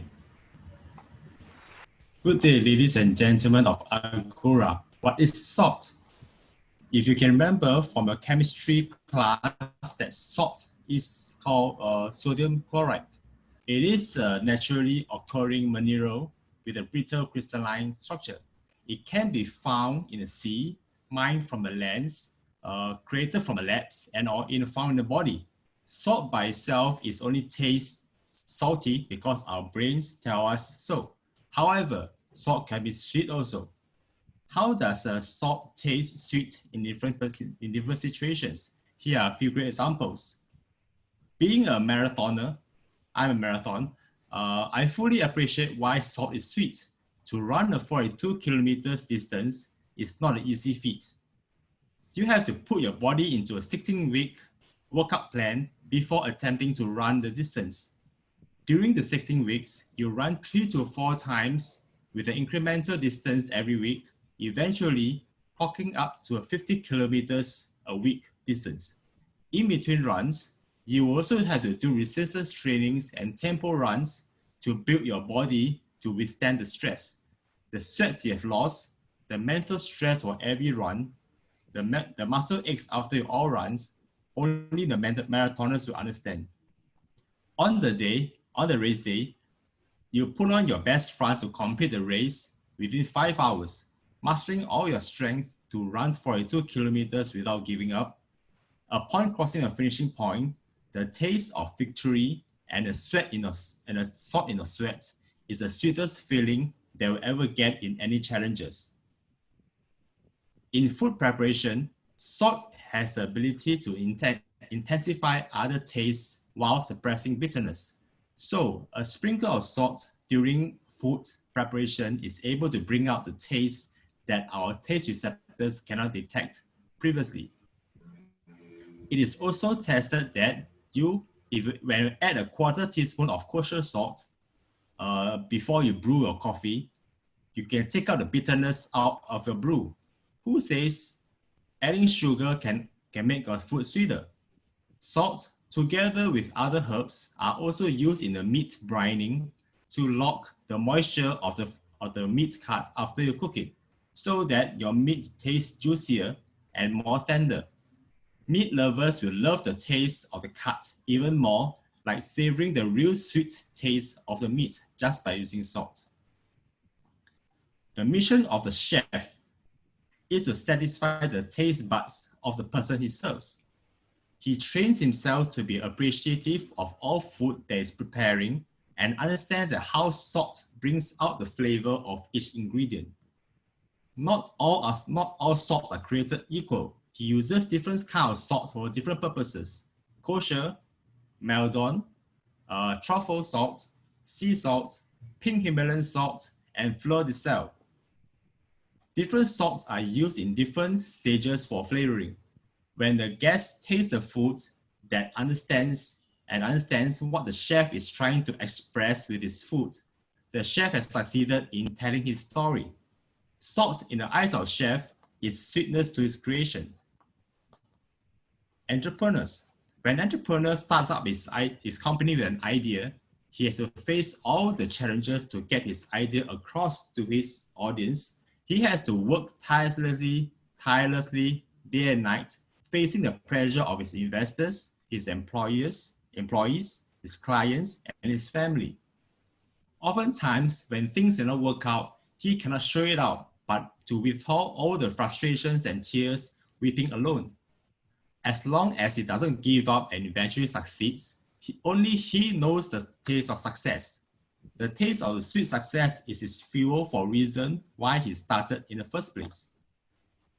When was the last time you went to the seaside? The seaside activities always give us a sense of relaxation. It encourages exercises, clears your mind, spend quality time with your family, and even have a romantic first date. The smell of the mineral-rich seawater, the sand in your feet, the sound of waves, and the clapping to the bridge is a therapeutic treatment to your senses. If you swim in seawater, the salty water will reduce the symptoms of anxiety and depression, and the mineral in the seawater will soothe your skin ailments. It is like soaking in a nature's skin treatment, reducing inflammation and improving hydration and skin barrier function. The salty taste of seawater, it is sweet to our wellness. It is hard to start a relationship, but it is harder to maintain one. When a boy and a girl becomes a couple, they learn to appreciate each other. They will learn to adapt to their partner's lifestyle, adjust their shortcomings, understand and complement each other. There will be arguments and tears, laughter and sorrows. Every sharing of the precious moments counts. When they settle down and build the family together, the real test is to keep the relationship going for the next 10, 20, or even 50 years down the road. Memories of how they start achieving one milestone after another with tears and sweat. The future sweet memories of the spending of the rest of our lives with our soulmates is a result of hard work, of compromising and forgiveness. To me, salt is sweet because I'm a marathoner, I'm a chef of family, an entrepreneur in the healthcare and wellness industry. I'm happily married with 14 years with 2 young boys, and I love the sea. Salt helped me to become who I am, and I'm glad that I turned out right after all. In conclusion, salt is what makes everything around us sweet. Without sacrificing, you will hardly savor the sweetness of your fruits. I believe everyone here has their own story to tell. And I believe that every milestone that you have achieved has some form of salt in it. Allow me to ask you again, is salt sweet, or is it just a spice in your kitchen? I thank you. Back to the MC. Thank you. Thank you so much, Kelson, for giving us the insight of salt. And I believe it can be a topic from you next time, sweet is salt. As we know that we have lots of diabetes problem in South Asia. So sweet can be salt. I'd like to think about it and give us something on it, share your thoughts on it. Thanking you, can I please check with Mr. Kostov? Yeah, For the timer. Carlson actually completed before time. He completed in 6 minutes, 35 seconds. All right. Thanks again, Carlson. And can we please invite some volunteers? Hi, Agora. And thank you, Carlson, for your speech. Your speech is really like the salt of the day. You actually spice up our session. Well, I like the title of your speech, Salt is Sweet. So you make us wonder why salt is sweet. Salt is salty, but how come it's sweet? So this will arouse our inquisitive. We want to hear more. So, and also your speech is very well organized. First, you tell us about being a sportsman, you perspire, and then when you perspire, you need a lot of salt to replace, and then when you run, you win the race. That is the salt that produce from your body, and you add sweetness. You also tell us about being an entrepreneur, also a relationship, man-boy-girl relationship, and they taste all the hard work, all the salt, all the sweat, and then it come to real relationship. That is where the sweetness is. And also when family time together at the seaside, where the sea breeze and soak in the sea water, that brings up the happiness of your family. That is where you find sweetness in relationship, in entrepreneur, and in sportsmanship. Very well done. Let me help you to add some pinch of salt in your speech to make it sweeter. Well, when you're giving this speech, it will be good if you bring a prop, a bottle of salt. Then it will be good also that you tell us in your relationship, why is it salty? What are the hardship that you go through with your spouse that bring up the sweetness of it? Tell us some story about it, your speech. That will add more pepper and more spices to your story. All in all, I like the background. Today, I like, of all the speakers, I think your background is the most beautiful one. Talk about your weight loss and so on. So it's very clear, and the story is very well organized. You talk about what type of salt and relationship, and relate salt as a relationship. That is well done. Look forward to you. Give us more stories and more incidents. Why is it salt is sweet? That will add more spice to your story. Thank you. Thank you, Samantha. Can we please have a second volunteer? Is it Mr. Thomas Tan? Hi. Thank you. Yeah, good evening. Carlson, I want to give you the positive part first, and then followed by one negative.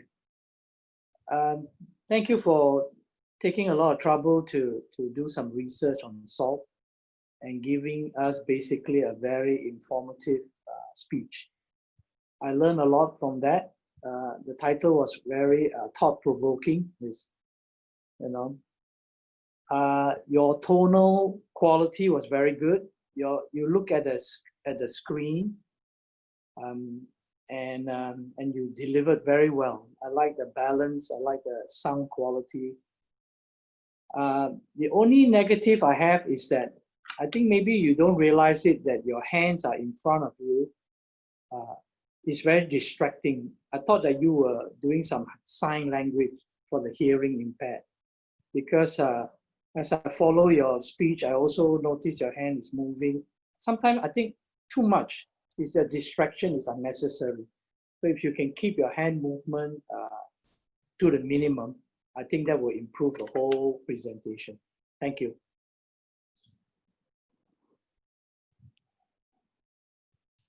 Thank you, Thomas Tan. No, we only have the 2 evaluators. So that will be, now will be the next speaker. All right. Thank you once again. And let me now introduce our third speaker, Mr. Kapil Chawla, a very known face to Agora Club. We know Kapil right from the start of our online meeting, and since he's been a regular with Agora. He has been very, very regular.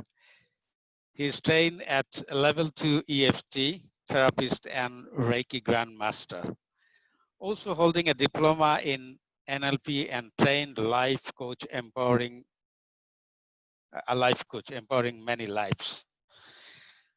Now, to instruct the timekeeper, I will say that we'll have as usual 5 minutes green, then at 6 minutes there'll be yellow, and at 7 minutes a red light, and then you'll have only 30 seconds before it's muted.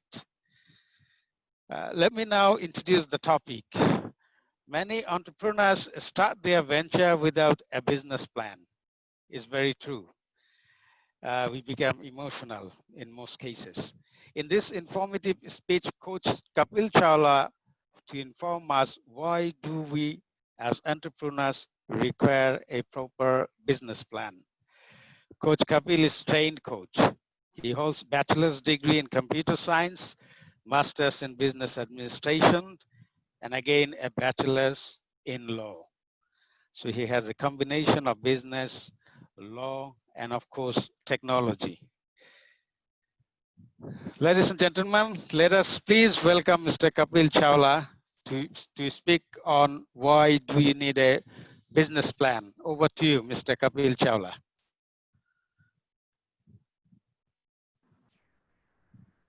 Thank you, Mushak, MC. Thank you, President. And thank you, Vice President, Education, for allowing me to serve Agora. Okay.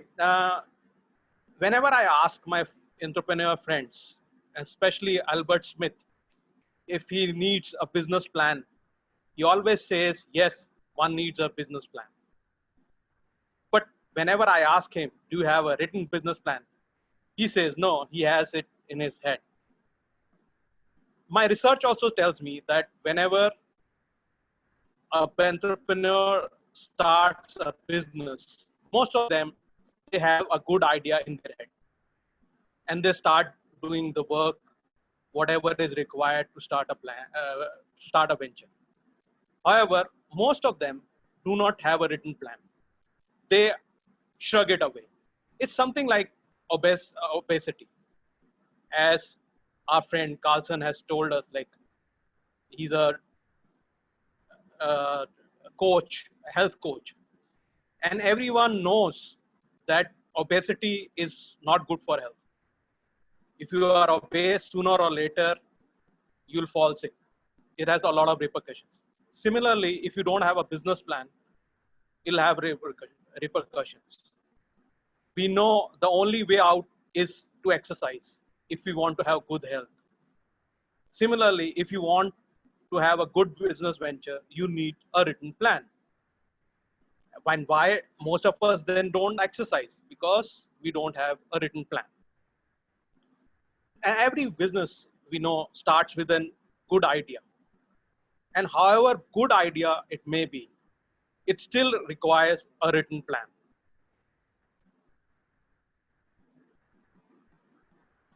For me, according to me, a business plan is something which is an invented future for an entrepreneur. Like an entrepreneur invents his future in a business plan. Whenever he follows his business plan, he's trying to achieve his business future. And who is an entrepreneur? We still are confused by the definition of entrepreneurs. For me, entrepreneur is any inventor, any businessman who wants to start a business. Anyone who is a YouTuber is a entrepreneur, and he requires a written business plan. Most of us have this misconception that business plan is required only to get finance from a financer or a venture capitalist or an angel investor. But it's not such. Even if you start small, maybe offering services at Fiverr or addressing accounting market or starting accounting business, you still require a business plan to start with.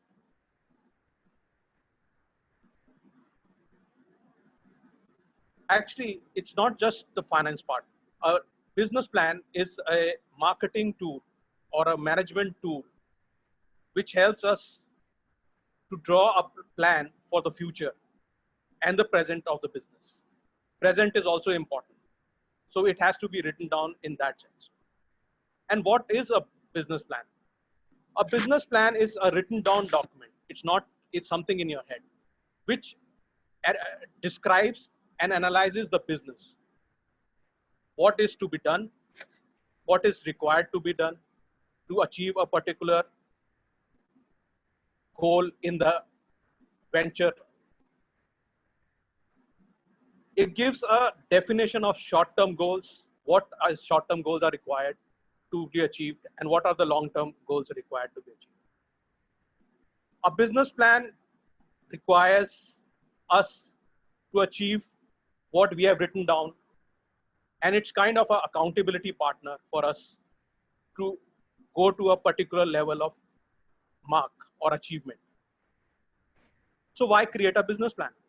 First, I told you, like, it's required for anyone who's trying to finance your project would require a business plan.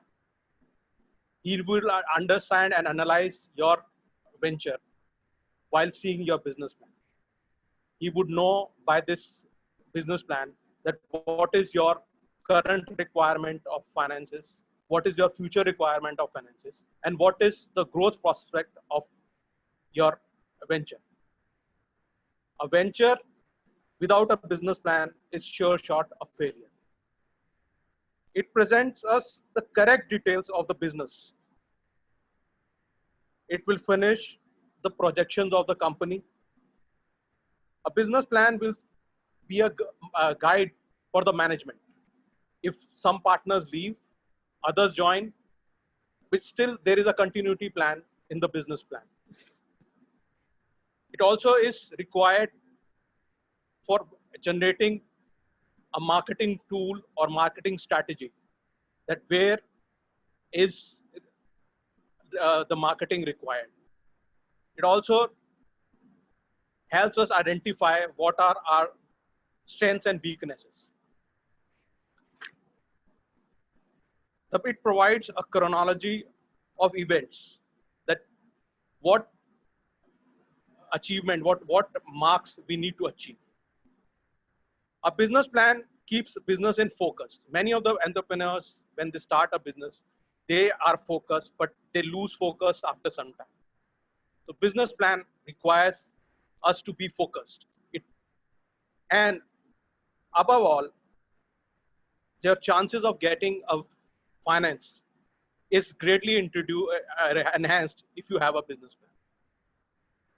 And last, which is more important, a business with a business plan has much more chances of succeeding rather than someone which has a business plan in his head. So I tried to explain to you why a business plan is required to have your venture successful. Thank you. Thank you so much, Mr. Kapil. We all know that nowadays, without a proper business plan, bank will not even talk to us when it comes to borrowing money. And then definitely we lose focus at some time without a proper plan. Thank you for giving us all these insights, Mr. Kapil. Can you please check with Kaustubh on timer's report? Yeah, Kapil completed exactly on time. So you can see it on my screen. It's 7 minutes exactly. Great. So we can now invite the evaluators. All right, Durian Salesman is back, man. All right. Thank you very much, Kapil, for your speech on the business plan. You included many interesting points on how we keep the business running in a well-rounded and lots of explanations and many examples, too many that I cannot remember, things about keeping the company going straight ahead and not being distracted, financial plans, all that. It's very informative, and I can see that you're well prepared.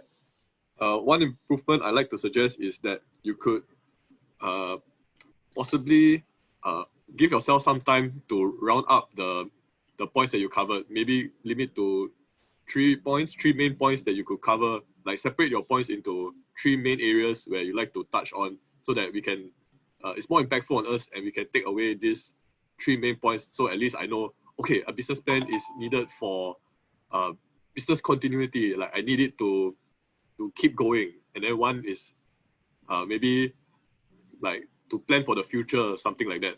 So maybe narrow down the 3 main points, and then the rest can be like sub points to your 3 main points.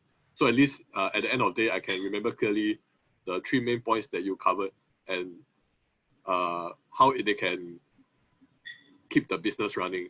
Another thing is, I see you use your hand gestures quite a bit, which is okay. But in this setting, I think it's shaking your camera a little bit. So your screen was a little bit like that when you get a bit agitated. So you can still use your hand actions, and that's okay with me. But I think you got to try to not let it affect your camera, because it will affect our viewing experience a little bit, like something like that. Yeah. So that's all from me. Thank you very much again, Kapil. Thank you once again, Chong Lim, for giving us some good feedbacks. And can you please move to second evaluator? Okay. Okay. May I volunteer to be the second evaluator? Yeah, please. Okay. Thank you, MC. All right. Thank you, everybody. Okay. Thank you, Kapil. For giving me an opportunity to be the second evaluator also for your speech. Okay. I know Kapil, through a lot of interactions, whether in Agora or in my YEMG. Okay. So I know that Kapil is a very deep, detailed, and insightful person. Okay, so a few good things, right? Okay, from today's session. Okay, so Kapil has touched, a lot of content in regards to business plan. Okay, like for example, Kapil has talked about, the benefits of having a business plan, and also the process. Okay, and also some of the components. Okay, in the business plan. Okay, which me myself, being used. I'm also like an entrepreneur, right? Yeah, so I understand, the usefulness of all this information. However, that I'm just a bit saddened. Like for example, it's because it's informative, insightful, and detailed. At the same time, for today's, it is also the speech weakness. Yeah. So for a few example, okay, is that I noticed that at the start, Kapil, you're talking about the benefits, okay, of having a business plan. Yeah, but suddenly, hey, in the middle, you talked about what is in a business plan. So in some way or another, I felt that probably the structure and the sequence could have been better played. So that there's a coherence, in the whole presentation. Yeah, everybody will be easily follow through. Then second thing is that I love content and information, okay, but probably later the test master, could test all of us to see how much we remembered about. Because for today's session, in 7 minutes, there are a lot of content. I think probably is it too much, or maybe Sean is a bit sleepy already. Yeah, so probably on the amount of content is something that need to work on. Then lastly, probably will be the camera. Yeah, because I also noticed about that the shaking. You know, I was kind of worried whether I had, yeah, are you safe over at the other end of the world? Yeah. Okay. One more last thing. Visual aids. I strongly encourage visual aids for yours. Yeah, because when it's content heavy, is having a visual aid, it will be easier, you know, for everyone to follow through. I love your content. Very insightful. I'd like to see it again. All right. Okay. MC, to you. Thank you, Sean, for bringing up some insights and constructive points. And can you please check with Kostov again on timers? Are we ahead? Okay, Sean actually completed within 2 minutes and 10 seconds. All right, so it looks like we have some time before we go back to the next session, and I would like to participate. I would like everyone to participate to discuss. Let's talk. Let's say if you start with Kapil's topic. Yes, of course, we need a business plan, but then of course, we also need to be very careful whether we should do the planning or we should hire a proper consultant to do it. Whether the business we are going to do will be a self-finance business or we are going to have need help from a financial institution for borrowing, and the plan has to be accordingly. Let's hear some of the views from the audience. If anybody has anything to share, since we have some time, if I'm not wrong. I like to share. I like to say that too. I'm a person that also believe in business plan. But what you just mentioned also quite interesting. To me is be it whether you want to get a professional to do it, before even you start anything, you must have a basic business plan.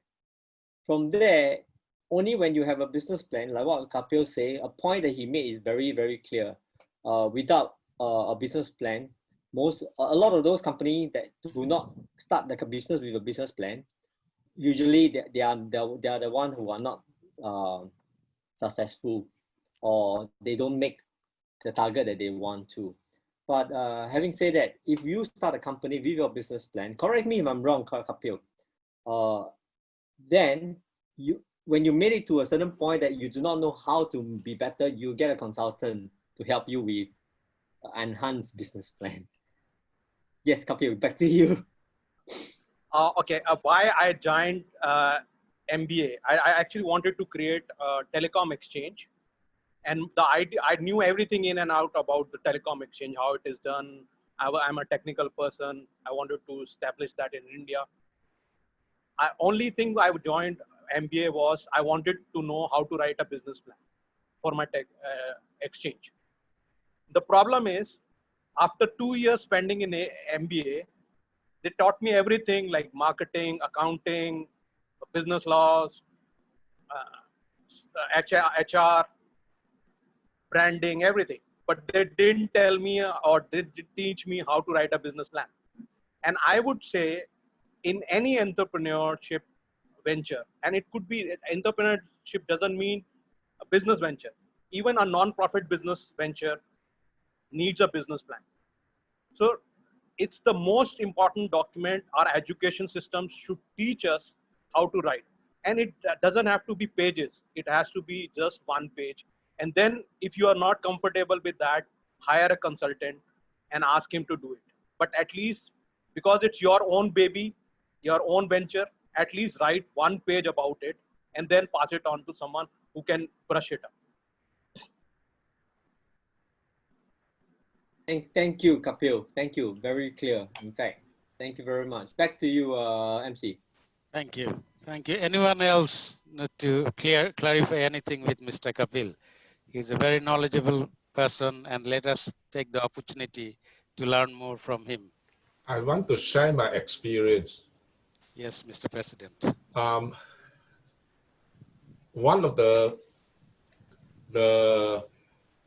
dilemma is, number one, we say it's important to have business plan. Number two, having the business plan is probably the cause of many business failures.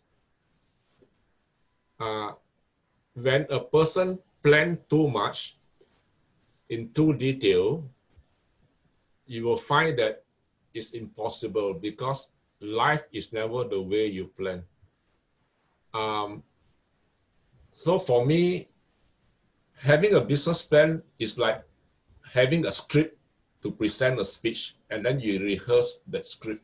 But when you go on stage, you find that before you start speaking, the whole world changes suddenly, and then you cannot remember the speech that you have memorized.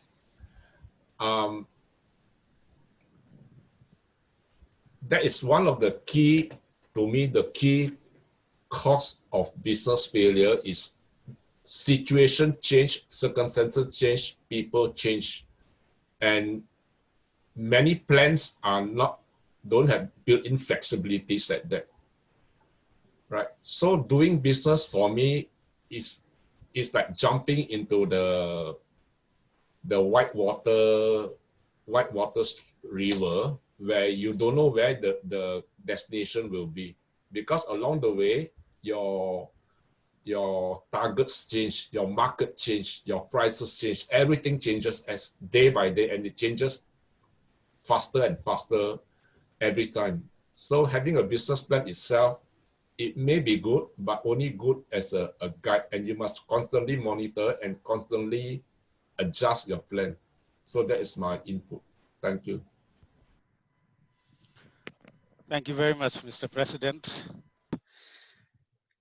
Let us introduce the test master. The next segment will be conducted by the known face again, Mr. Kostov Das.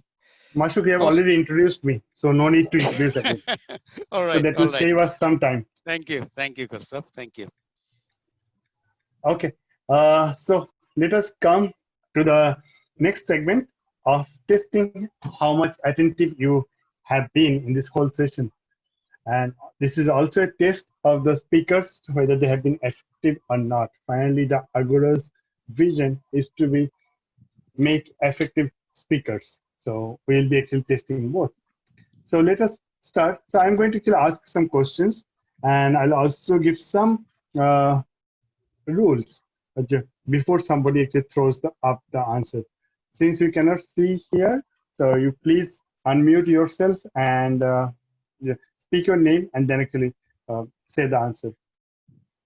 So let us first start with, I'll go in a random order. What did Chong Lim spoke about? Manicam. Sir, Mr. Gay, actually, I should have, first of all, rule number 1, Agora office bearers are not allowed until unless I pick it up. So, of course, you can ask what was the Mr. Gay's, input to Chong Lim, and Chong Lim should be able to say that, not the other way. Okay, good. So, but that has not confused us. So, who can actually share the 2 things that Manicam does? And I will actually appreciate not Kapil, somebody like who is very familiar with the system, but somebody who is not that familiar or who has not spoken at all today. Any volunteer? Because I can already see a lot of people who wanted to speak. Hey, Kostov, I have a suggestion. Yeah. If no one volunteers, you volunteer them. Yep. I add the volunteer. Okay, sure. Okay, I can see Nidhi. I don't know whether she is here or not. Video is off. How about Mrs. Sun Mary? Because I can see you. You have to unmute yourself, ma'am. So what's the question? Question is, Chong Lim spoke about Manicam, which is a software. Well, I am very sorry because You were not there during that session. Yes, I wasn't here. I just only joined 5 minutes ago. Oh, wonderful. So I have a question for you. 5 minutes ago. Yes. What did Kapil spoke about? He What was the spoke topic about of it? the importance of business plan, and he volunteered to do a 2-hour workshop on the 26th of July, and I volunteered to be part of it, to join it. Correct? Absolutely.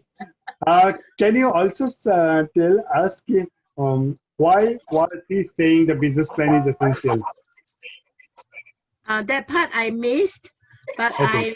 I got the part where Ban Ping said that business plan is important, but if you stick too close to it, then you might create some problems. Wonderful. Great. So now I can see Nidhi. Nidhi, I hope you were there when Chong Lim was speaking. Yes. Okay, so the question is for you. The Chong Lim Okay. spoke about ManyCam, a software. He was giving a demonstration of the ManyCam. Correct, correct. Yes. Can you tell us at least 2 features of the ManyCam at a very high level, global level? Okay. Okay, ManyCam, I find out, I think so, that was a bit confused because starting I missed 1 or 2 minutes, I think so. Chong So I Lim, think you failed. he put, of course, the green, no. I'm telling you. So green screen he put, where of course he put all the durians. So I missed that how he got that pen over there, right? So, but of course I know that all these durians he bring with the green pen, and I think so the second part is the sound of right, the sound Perfect. of Yes. like once the timer is done, right, then the sound was Absolutely. coming. So that was really very interesting. So, Absolutely. yeah, so Both of them. he's not fair, but he did a wonderful job. Wonderful. So it's amazing actually to listen everyone, and it's very interactive, and everyone is supported. So it's Thank you, very Nidhi. good. Very good Thank to see that. Right. Awesome. Thanks. Chong Lim, are you here? Yes. Very good. Chong Lim, I was one of your evaluators, and do you remember what did I share as an advice to you? And you cannot and you cannot bluff me because this is me. Yes, you mentioned Go that ahead. this is too much information and I need to include this in probably a 50-minute time slot. It's too much information to catch. Wonderful. That was the main one. Perfect. Thank you. Thank you. Yeah. Next question.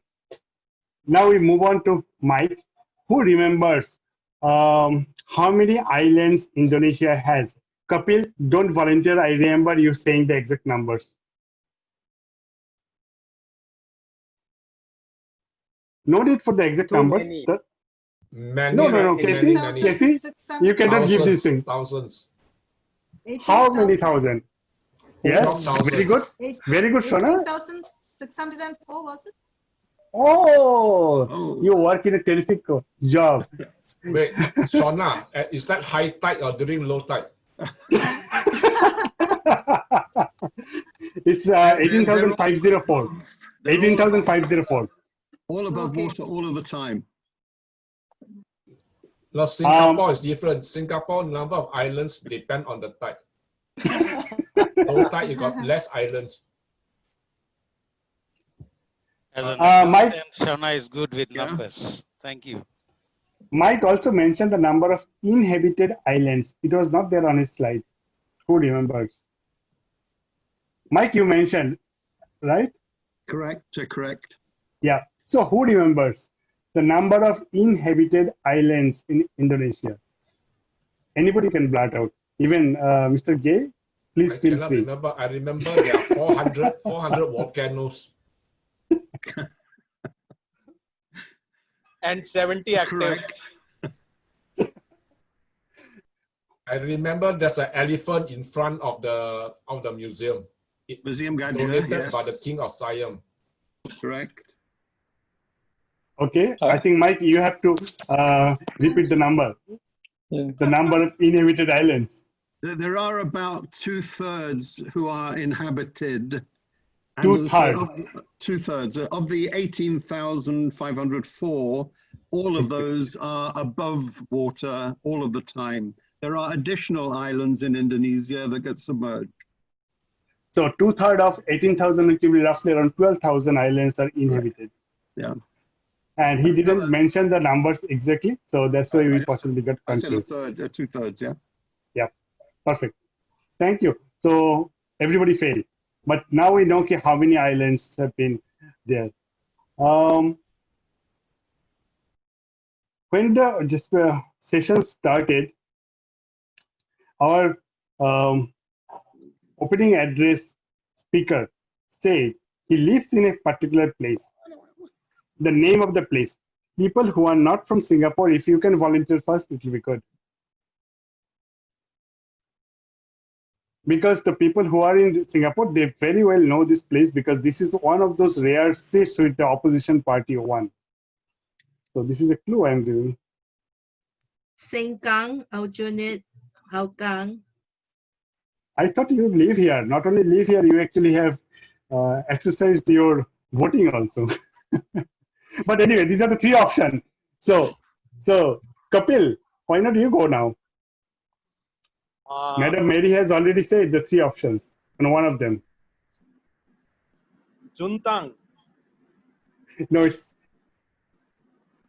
she says Sengkang. Mary, you want to repeat the names once more? Sengkang, Hougang, and Aljunied. Aljunied. Good. The last one. Very good. Now, who remembers what was the Kapil's point of view on the topic that he spoke in the impromptu segment? Okay, Sean, you remember? Okay. Wow, I can tell you that even the impromptu master don't remember.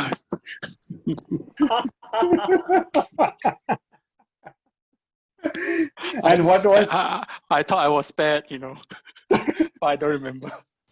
Because I could see you were about to hide. And you only gave me the idea to pick up the volunteer. Okay. And Casey also spoke on the same topic. What was his view? Money can buy happiness. Who say money cannot buy happiness? Casey, you are double disqualified. A, you are an office bearer, you participated, so that means you are not listening to the instruction. Number two, you are sharing again your point of view. Okay. Now, who remembers what was the topic of Carlson's speech? Salt is sweet. Okay, and how he explained that the salt is sweet? Because he's a marathon runner, then he perspire a lot, then he need a lot of salt. But how does that make salt sweet? I do not know. And he also spoke about like when you mix salt or you put salt on some fruits or dishes, its taste changes. So that is one of the way of explaining that salt is sweet. Yes.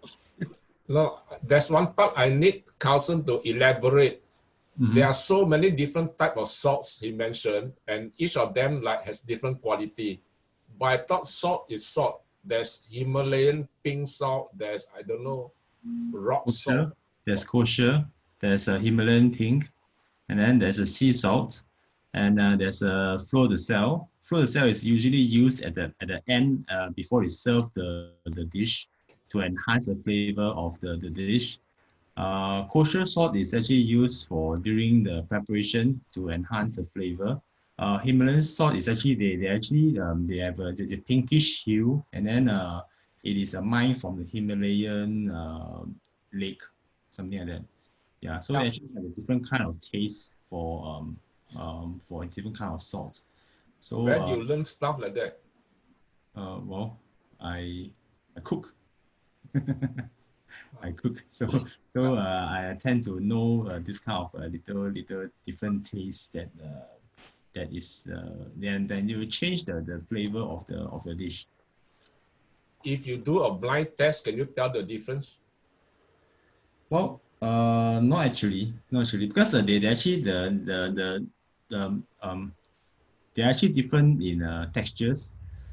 Pink Himalayan salt is actually pink, and then there's some ionized salt, and then there's some coarse salt, sea salt. They're all actually different textures, so you can actually tell from the structures of it. Right. Thank you. Yeah, you're welcome. I remember my wife went on the trip and came back with don't know what salt, you know. So it was so special. So I thought I can put it on the display. I cannot remember what salt it was. But after 2 days, it became water, you know. It became melted. Because they gather water, so they will just disintegrate. Yeah, so that salt looked so nice when she brought that. Eventually, just become water that I need to throw away. That's probably basaltic salt. Basaltic salt. Basaltic, maybe somewhere from Europe, I think. Yeah. Yeah. Okay. The next question is a tricky question. When Sean was conducting the session, the impromptu session, we had a speaker called Pratiti Dasgupta. She spoke on a topic. The topic was don't judge a book by its cover. That was possibly the essence. What was her point of view? And she gave an example also, if anybody remembers. Or who can remember? Yeah, she agreed. Do not judge a book by the cover. And why? She spoke for more than 2 minutes, sir. Yes. She talked about her experience in life, but I cannot remember what experience she had in her life now. I can remember she's a very charming lady. Took a pineapple. I think he ate a pineapple. Yes. Pratiti, is And this correct? guava, she said something about the color that she liked it so much, but when she had it, it tasted not so nice. Guava. She liked the green color of the guava, but then when she inside it, the taste was not good. Pineapple was from outside was not good, but when inside it was yellow and it was soft, it was good. Yeah. Wow. That feel is good. Absolutely. So, Pratiti, you got a very good score. You have been very effective. Thank you. Next, there was another person who spoke on the same topic and gave the example of Superman and Batman. Do you remember who was the person?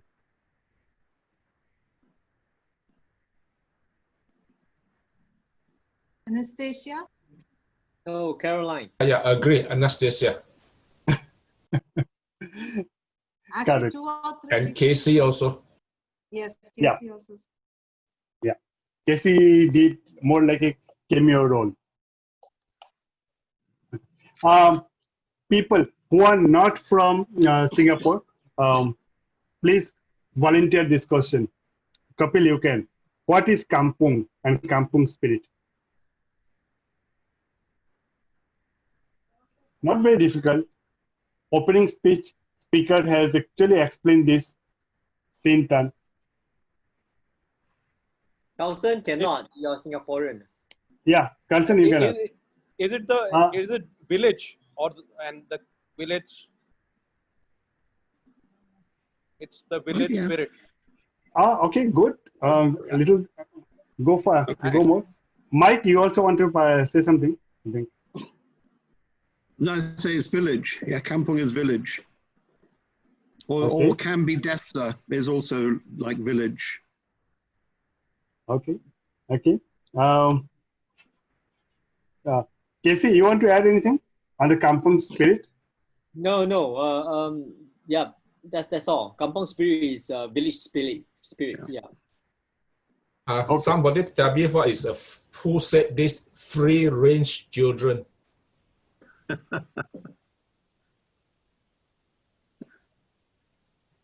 Sean.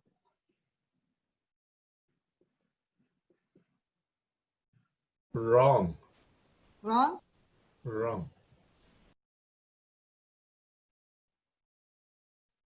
Gustav, can you remember who said describe the children in the kampung as free range children?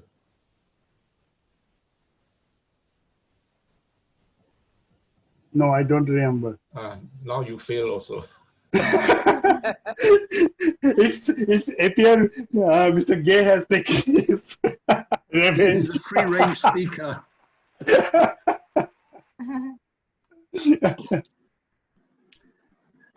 So Kapil, what did Chong Lim advise you? He was your evaluator. He advised me that I have taken too many points in my speech. Yeah, if it's okay, like it would be okay if I have only 3 points, main points, and describe them very well. Okay.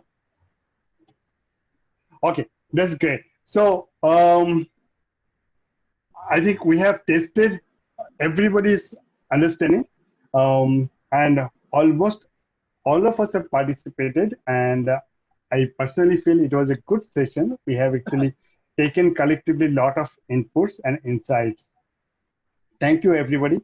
And now I would request Casey to please step in and do the rest of the MC role for the evening.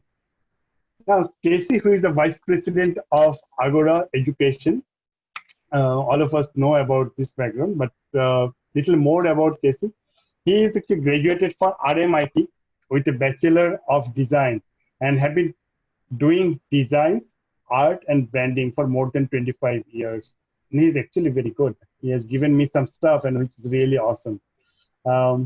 His works are used in many companies, to name a few, like MSIG, Nestle International, and Roche. He's also an author, painter, sculptor, and designer. So if you want to write a book and you want to make the cover design, please reach out to Casey. And that is what Mr. Gay does. So this is my experience and so on. Casey has also spoken as a key speaker in numerous design and art festivals and local and international design events.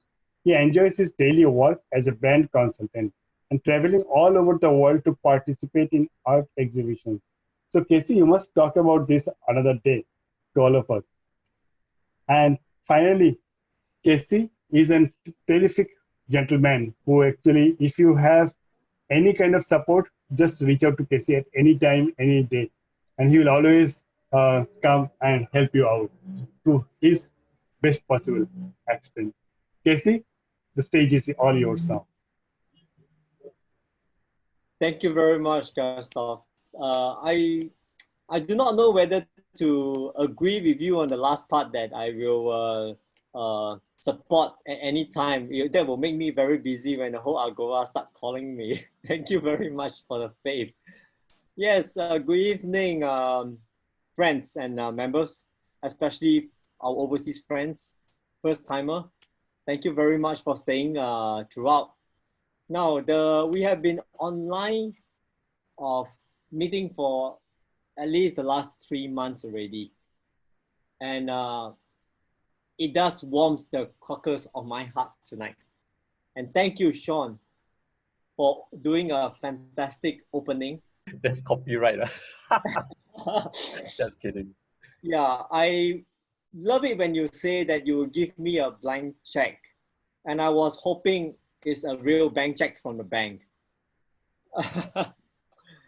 I want to also share my heartfelt excitement tonight, which is there are a lot of first-timer who participate, a few first-timer who participate. For example, like Carlson. Carlson is not the first time giving a speech, but this is the first time he took up the challenge to do an inspirational speech, to inspire people from what he knows. And you did it well, Carlson. And I encourage you to speak to us more and create your own content. And that would be really, really awesome that we are all inspired. Thank you very much, Carlson. And I want to also acknowledge Denise Ong. Denise, I called her and say, hey, do you want to take up getting to know you, icebreaker?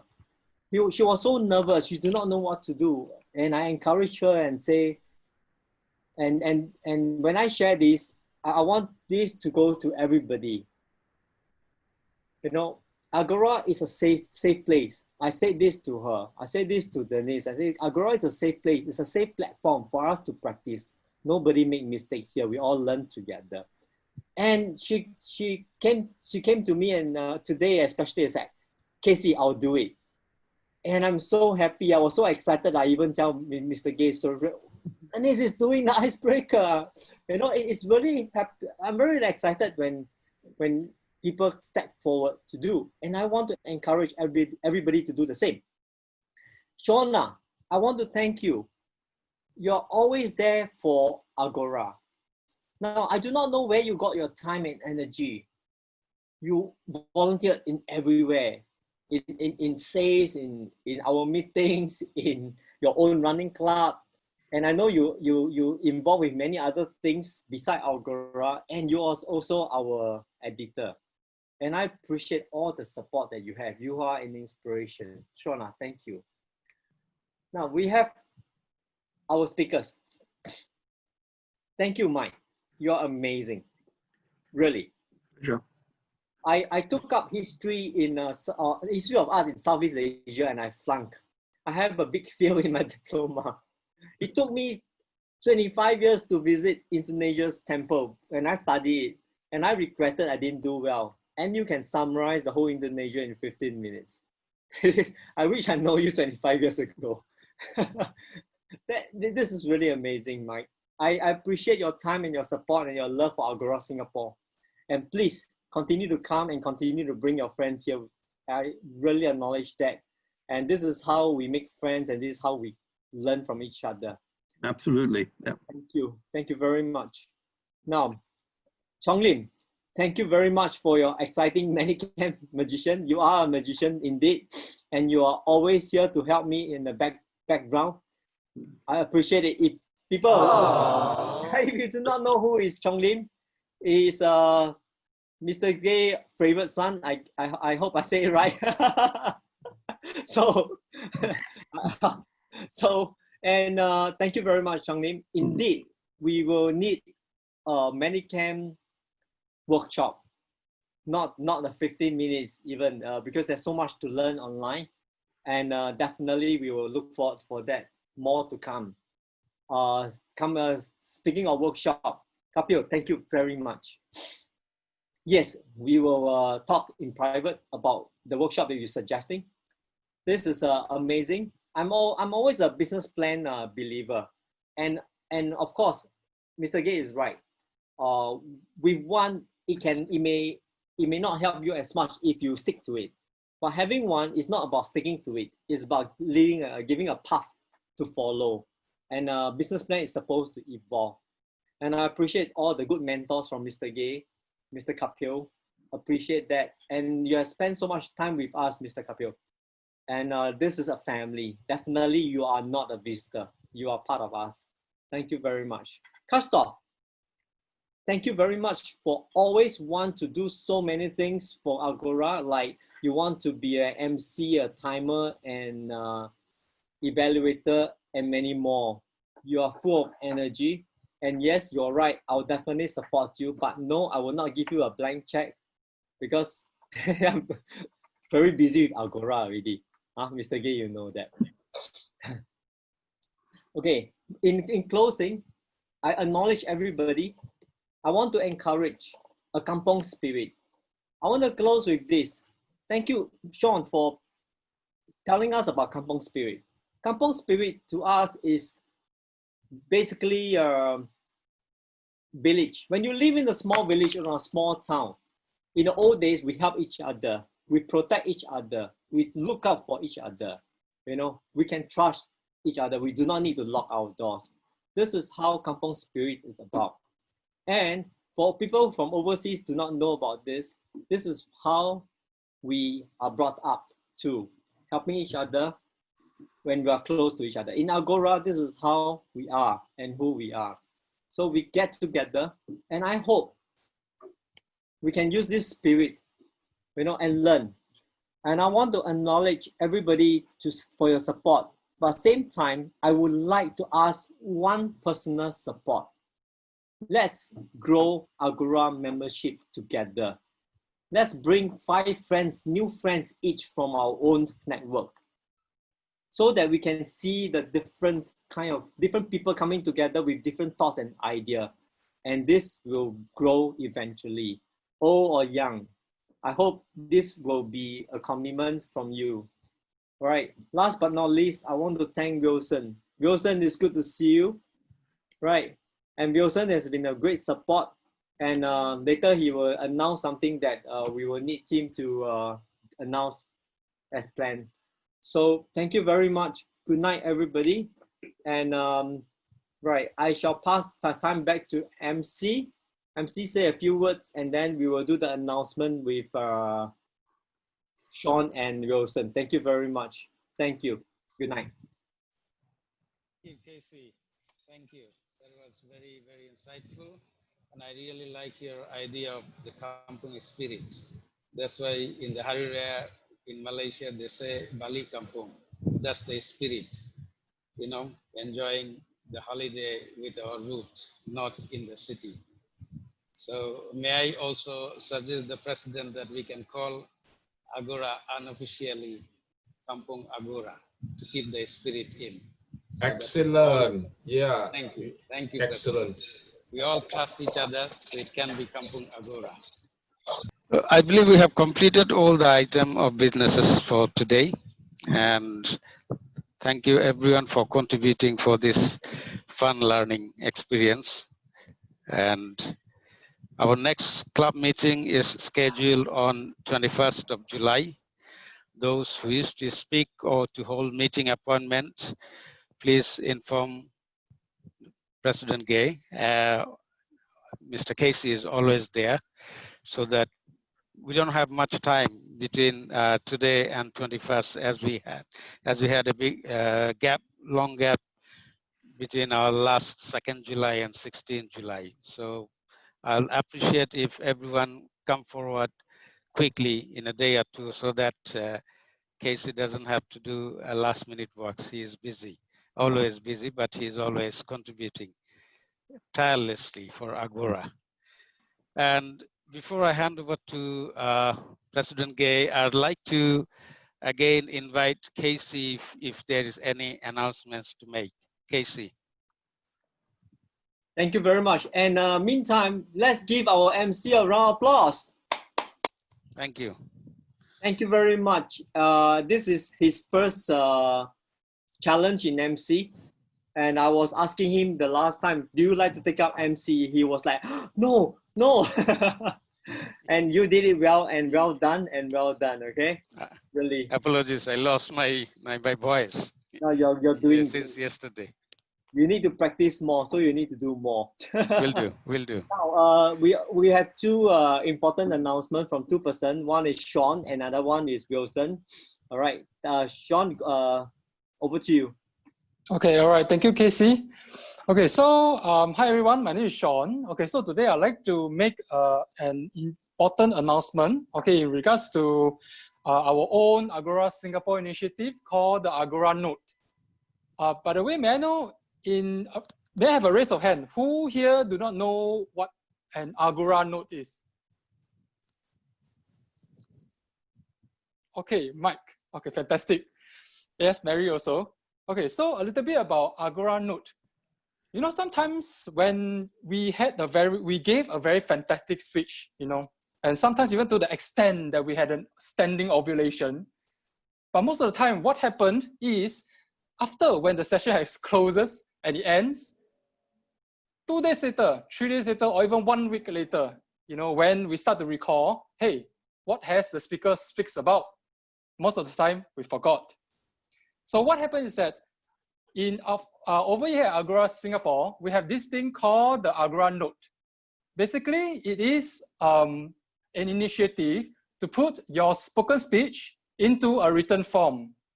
So if you guys had been in our Agora WhatsApp group, you have known that once in a while, after the speech, you know, every Agora session, we will post something that looks like a newsletter, and that is our Agora Note, where we will preserve, you know, the knowledge and also the information shared during the session, okay, with our Agora members and also to the world over our Facebook group. So before I close my announcement, I have two things I would like to urge everyone. Number one, for speakers tonight, I'll urge you to participate in this initiative, so that we can collect and curate all the information that you had gave us tonight, so that it can last forever on the digital platform. Then number two is that this initiative is opened for all the speakers, upcoming speakers, for the future sessions. So to all the speakers, who will be participating, in the upcoming sessions, all right, to take note, we have this initiative to bring your knowledge to the world. So whoever wishes, to have a burning idea that they wish to spread it to the world, do volunteer with Casey and be the speakers for the next few upcoming sessions. All right, so for speakers tonight, I'll reach out to you and we will speak more from there. Okay, Casey, back to you. Wilson, thank you. Yes, thank you. Hi, good evening, everyone. Sorry I'm late tonight because I just came back from work. Yeah, just in time for this announcement. Okay, for those who don't know me yet, my name is Wilson and I'm part of the Agora production team. So in Agora, like what Casey has talked about at the closing address just now, we want everyone to feel that Agora is a safe environment for everyone to learn and grow together. We are a family. We are a community. We are a kampong. Kampong is like a village, right? Where everyone is so closely knit. We are a group of friends supporting friends to learn. So there is no failure, only feedback. So that's my philosophy, and I believe in that strongly, and I think that Agora is a place that really live up to that.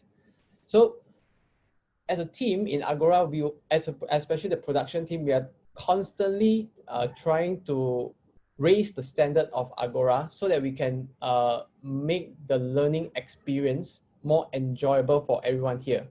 So we came up with an idea to gather the feedback from all the members here. We want to know how you felt about being at Agora so far, from the first time until now. Some of you just joined us a few months back or a few weeks back, but we would really like to know, and some old timers, we would like to know how we can improve Agora and make it even better, right? We are constantly growing and we want to be better, and we strive for excellence. So so we have created a simple feedback form to share with all the members, and we really appreciate if you would take time to give us your feedback and share with us some ideas to improve it. And even better, we want your participation. We don't just want your ideas and all this, but we want your participation to make it better. Let's make it better together, right? So, and we hope that you, some of you or all of you who are not here tonight, we can we don't need to, we can play the role that you're interested in, and you can always think of, because when you're interested in that particular role and you put thoughts into how you can make it better, right? So that's what we want to achieve, and that will also help you grow, right? When you take up certain appointment, there's certain skills sets that you actually develop, and these skill sets will actually help you in your other areas of life, including your work. So yep, Casey has already sent the link to the form, so we'd really appreciate if you guys can fill up the form, and it's just a very short form and simple form.